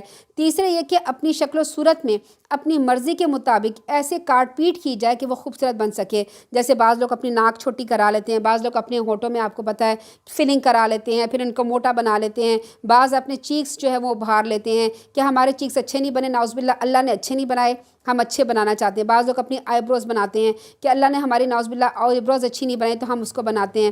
داڑھی منڈانا بھی اسی زمرے میں آتا ہے۔ چوتھے یہ کسی مخلوق سے وہ کام لیا جائے جس کے لیے اللہ نے اسے پیدا نہیں کیا، مثلا لڑکوں سے لواطت کرنا، جس کام کے لیے اللہ نے کسی مخلوق کو پیدا کیا ہے اس سے وہ کام نہ لینا، مثلا مردوں اور عورتوں کو بانجھ بنا دینا، برتھ کنٹرول کرنا، منصوبہ بندی کرنا، اسقاط حمل سے انسانی نسل کو روکنا، خصی وغیرہ کرنا، عورتوں کو گھر کے میدان سے لا کر کھیتوں اور معیشت کے میدان میں اتارنا، ایسے کام دراصل فطرت کے خلاف جنگ ہے جس کے نتائج ہمیشہ برے نکلتے ہیں، اور فطرت کے خلاف جنگ میں انسان بہرحال ناکام رہتا ہے۔ یہ سب پٹیاں شیطان ہی پڑھاتا ہے، ہر زمانے میں اس کی صورتیں بدلتی رہتی ہیں، اور جس شخص نے اللہ کو چھوڑ کر شیطان کو اپنا دوست بنایا اس نے سری نقصان اٹھایا۔ شیطان ان سے وعدے کرتا ہے اور امیدیں دلاتا ہے۔ کیا امیدیں دلاتا ہے؟ کہ توحید کے ہوتے ہوئے سارے گناہ معاف ہو جائیں گے، اللہ بڑا غفور و رحیم ہے، تمہارے گناہ معاف کر دے گا، چلو چپ کر کے گناہ کرتے رہو، کچھ نہیں ہوتا۔ اس طرح گناہوں پہ دلیر کر دیتا ہے۔ پھر مریدوں کے حق میں سفارش کر کے کہ تمہارے مرید جو پیر ہے نا، پیر صاحب تمہیں چڑھا لیں گے، جب تم قبر میں جاؤ گے نا تو تمہاری بیعت اگر ہوئی ہوگی نا پیر صاحب سے، قبر میں تمہیں آ کے چھڑا لیں گے، اللہ کے سامنے اڑ جائیں گے، جی پیر صاحب تمہیں بچا کے رہیں گے، یہ امیدیں دلاتا ہے، اور وعدے بھی شیطان انہیں دیتا ہے، فریب کے سوا کچھ نہیں ہوتا۔ ایسے لوگوں کا ٹھکانہ جہنم ہے جس سے نجات کی کوئی صورت نہ پائیں گے، اور جو لوگ ایمان لائے، اچھے عمل کیے، انہیں ہم ہمیشہ ایسے باغات میں داخل کریں گے جن کے نیچے نہریں جاری، وہ ان میں ہمیشہ رہیں گے۔ اللہ کا وعدہ سچا ہے، اور قول میں اللہ سے بڑھ کر اور سچا کون ہو سکتا ہے؟ نجات کا دار و مدار نہ تمہاری آرزوؤں پہ ہیں، نہ اہل کتاب کی آرزو۔ کوئی تمنا کرے کہ میں جنت میں چلا جاؤں لیکن نماز نہ پڑھے، روزہ نہ رکھے، زکوٰۃ نہ کرے، حقوق العباد نہ کرے، گناہ پہ گناہ کرے، تو آرزوؤں پہ اللہ تعالیٰ فرماتے ہیں کہ وہ جو آرزو کرے گا نا اس کی سزا پائے گا۔ اللہ کے سوا کسی کو اپنا حامی مددگار نہ پائے گا۔ جو اچھے کام کرے گا چاہے وہ مرد ہو یا عورت، بشرطیہ کہ وہ ایمان لانے والا ہو، ایسے لوگوں کو اللہ تعالیٰ فرماتے ہیں میں جنت میں داخل کروں گا، ان کی ذرہ برابر بھی حق تلفی نہیں کروں گا۔ آیت پھر اور اس شخص سے کس کا دین بہتر ہو سکتا ہے جس نے اللہ کے سامنے اپنا سر جھکا دیا اور وہ نیکوکار بھی ہو، یکسو ہو جانے والے ابراہیم علیہ السلام کے طریقے کی پیروی کر رہا ہو۔ یعنی یہاں پہ بتایا گیا کہ وہ شخص، اس کا دین کس دین سے بہتر ہو سکتا ہے جس نے اپنا سر اللہ کے آگے جھکا دیا ہو۔ مثال حضرت ابراہیم علیہ السلام کی، حضرت ابراہیم علیہ السلام نے کیا کیا تھا؟ اللہ کے آگے اپنا سر جھکا لیا۔ آیت نمبر 125 میں اس ابراہیم علیہ السلام کی جسے اللہ نے اپنا مخلص دوست بنایا تھا۔ جو کچھ آسمان و زمین میں ہے سب اللہ ہی کا ہے، اور اللہ ہر چیز کا احاطہ کیا ہوا ہے۔ لوگ آپ سے عورتوں کے بارے میں فتویٰ پوچھتے ہیں، آپ ان سے کہیے کہ ان کے بارے میں اللہ تمہیں فتویٰ دیتا ہے، اور اس بارے میں بھی جو یتیم عورتوں سے متعلق اس کتاب میں پہلے سے تمہیں سنائے جا چکے ہیں، جن کے مقررہ حقوق تو تم دیتے نہیں، میراث وغیرہ، اور ان سے نکاح کرنے کی رغبت رکھتے ہو، اور ان بچوں کے بارے میں بھی جو کمزور ہیں۔ نیز تمہیں اللہ یہ بھی ہدایت دیتا ہے کہ یتیموں کے ساتھ انصاف کرو۔ جو بھلائی کا کام تم کرو گے اللہ تعالیٰ یقیناً اسے خوب جانتا ہے۔ یعنی لوگ اگر اپنی تمنائیں رکھیں نا کہ ہم تو پیر صاحب ہیں، سجادہ نشین ہیں، گدی نشین ہیں، ہم نے تو جنت میں چلے جانا ہے، لیکن حقوق العباد ادا نہ کریں، حقوق اللہ ادا نہ کریں، شرک کریں۔ نمبر 2، عورتوں کو ان کی میراث ہی نہیں دیتے، اور ایسے لوگ جو ہیں وہ زیادہ کیا کرتے ہیں، ہم نے عورتوں کی شادی نہیں کرنی۔ کیوں نہیں کرنی؟ کیونکہ ان کو ورثہ دینا پڑے گا، ان کو میراث دینی پڑے گی، پھر ان سے نکاح کرنے کی رغبت تو رکھتے ہیں لیکن ان کے مال کھا جاتے ہیں۔ تو ایسے اگر نیکی کے کام نہیں کریں گے، صرف آرزویں رکھیں گے تو آرزوؤں سے کام نہیں چلتا۔ اللہ تعالیٰ آگے فرماتے ہیں اگر کسی عورت کو اپنے خاوند سے بدسلوکی کا یا بے رخی کا اندیشہ ہو تو اگر میاں بیوی آپس میں کچھ کمی بیشی کر کے سمجھوتا کر لیں تو کچھ گناہ نہیں۔ سیدنا ابن عباس فرماتے ہیں کہ سیدہ سودا رضی اللہ تعالیٰ عنہ کو اندیشہ ہوا کہ رسول اللہ انہیں طلاق نہ دے دیں، تو انہوں نے آپ صلی اللہ علیہ وسلم سے کہا مجھے طلاق نہ دیجیے، کیونکہ زیادہ عمر کی تھی نا وہ، بہت زیادہ ایج کی تھی، تو مجھے طلاق نہ دیجیے، اپنے پاس ہی رکھیے، میں اپنی باری عائشہ رضی اللہ تعالیٰ عنہ کو دیتی ہوں۔ چنانچہ رسول اللہ نے ایسا ہی کیا۔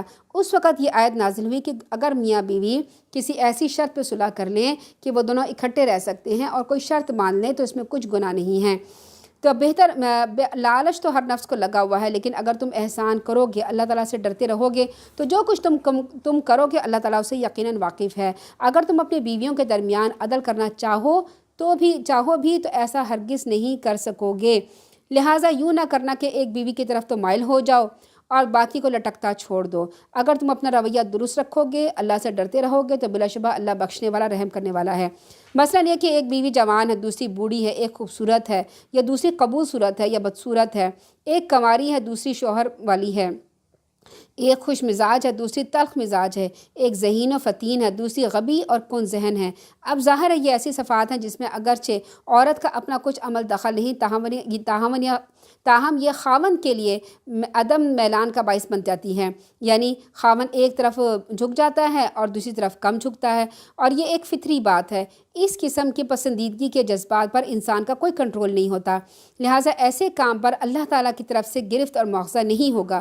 مواخذہ صرف اس صورت میں ہوگا کہ انسان کے اپنے اختیار میں ہو۔ مثلاً بیوی بچوں کا نفقہ برابر ہونا چاہیے، ان کی ضرورت زندگی کا خیال برابر ہونا چاہیے، عورتوں کی باری مقرر ہونا چاہیے۔ اب جو باتیں انسان کے بس میں نہیں ہیں، ان کے متعلق اللہ تعالیٰ فرماتا ہے کہ تم ان کے درمیان عدل نہیں کر سکو گے۔ آپ صلی اللہ علیہ وسلم نے فرمایا جس کی 2 بیویاں ہوں، وہ ان میں سے ایک کی طرف تو میلان رکھے تو قیامت کے دن اس حال میں آئے گا کہ اس کا ایک پہلو جھکا ہوا ہوگا، یعنی ایک پہلو فالج زدہ ہوگا۔ اگر دونوں میاں بیوی میں صلح نہ ہو سکے، وہ ایک دوسرے سے الگ ہو جائیں، تو اللہ تعالیٰ اپنی مہربانی سے ہر ایک کو محتاجی کی زندگی سے بے نیاز کر دے گا۔ اور اللہ تعالیٰ بڑی وسعت والا، حکمت والا ہے۔ جو کچھ آسمانوں میں زمینیں میں ہے اللہ ہی کا تو ہے۔ تم سے پہلے جن لوگوں کو کتاب دی گئی تھی انہیں ہم نے تاکیدی حکم دیا، تمہارے لیے بھی یہی حکم ہے کہ اللہ سے ڈرتے رہو۔ اگر تم کفر کرو گے تو سمجھ لو جو کچھ آسمانوں زمینوں میں ہے اللہ کا ہے۔ اللہ بڑا بے نیاز، اللہ کو کچھ نہیں چاہیے۔ اللہ تعالیٰ یہ چاہتا ہے کہ تم آپس میں پیار محبت سے رہو، امن سے رہو۔ ہاں، جو کچھ آسمانوں زمین میں ہے سب اللہ ہی کا تو ہے، اور ہر کام میں اللہ تعالیٰ کارساز ہونا اللہ تعالیٰ کا کافی ہے۔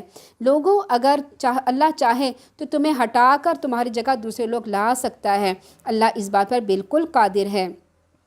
جو شخص دنیا کے بدلے کا ارادہ رکھتا ہے تو اللہ کے ہاں دنیا کا بدلہ بھی ہے اور آخرت کا بدلہ بھی ہے۔ اللہ سب کچھ سننے والا، دیکھنے والا ہے۔ اے ایمان والو، اللہ کی خاطر انصاف پر قائم رہو، گواہی دیا کرو، خواہ وہ گواہی تمہارے اپنے یا اپنے والدین یا اپنے قریبی رشتہ داروں کے خلاف ہو۔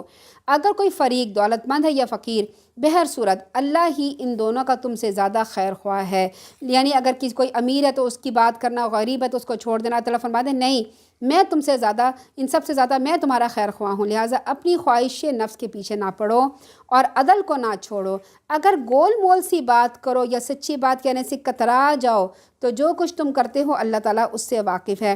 یعنی شہادت کے وقت گول مول لگی لپٹی سی بات نہ کرو جس سے کسی دوسرے فریق کو نقصان پہنچا، سیدھی سیدھی بات کرو۔ اے ایمان والو، خلوص دل سے اللہ پر، اس کے رسول پر اور اس کی کتاب پر ایمان لے آؤ۔ یہاں ایمان کی بات کی جا رہی ہے کہ اللہ اور اس کے فرشتوں پر ایمان لایا جائے۔ بلا شبہ جو لوگ ایمان لائے پھر کفر کیا، پھر ایمان لائے پھر کفر کیا، پھر کفر میں بڑھتے ہی چلے گئے، اللہ انہیں ہرگز نہیں بخشے گا، نہ ہی انہیں سیدھی راہ دکھائے گا۔ منافق لوگوں کو آپ یہ سنا دیجئے کہ ان کے لیے بڑا دردناک عذاب ہے۔ پھر یہاں پہ اللہ تعالیٰ کے مسلسل احکامات آ رہے ہیں کہ کیا کرنا چاہیے اور کیا نہیں کرنا چاہیے۔ جو مومنوں کو چھوڑ کر کافروں کو دوست بناتے ہیں تو کیا یہ لوگ کافروں کے یہاں عزت تلاش کرنے جاتے ہیں؟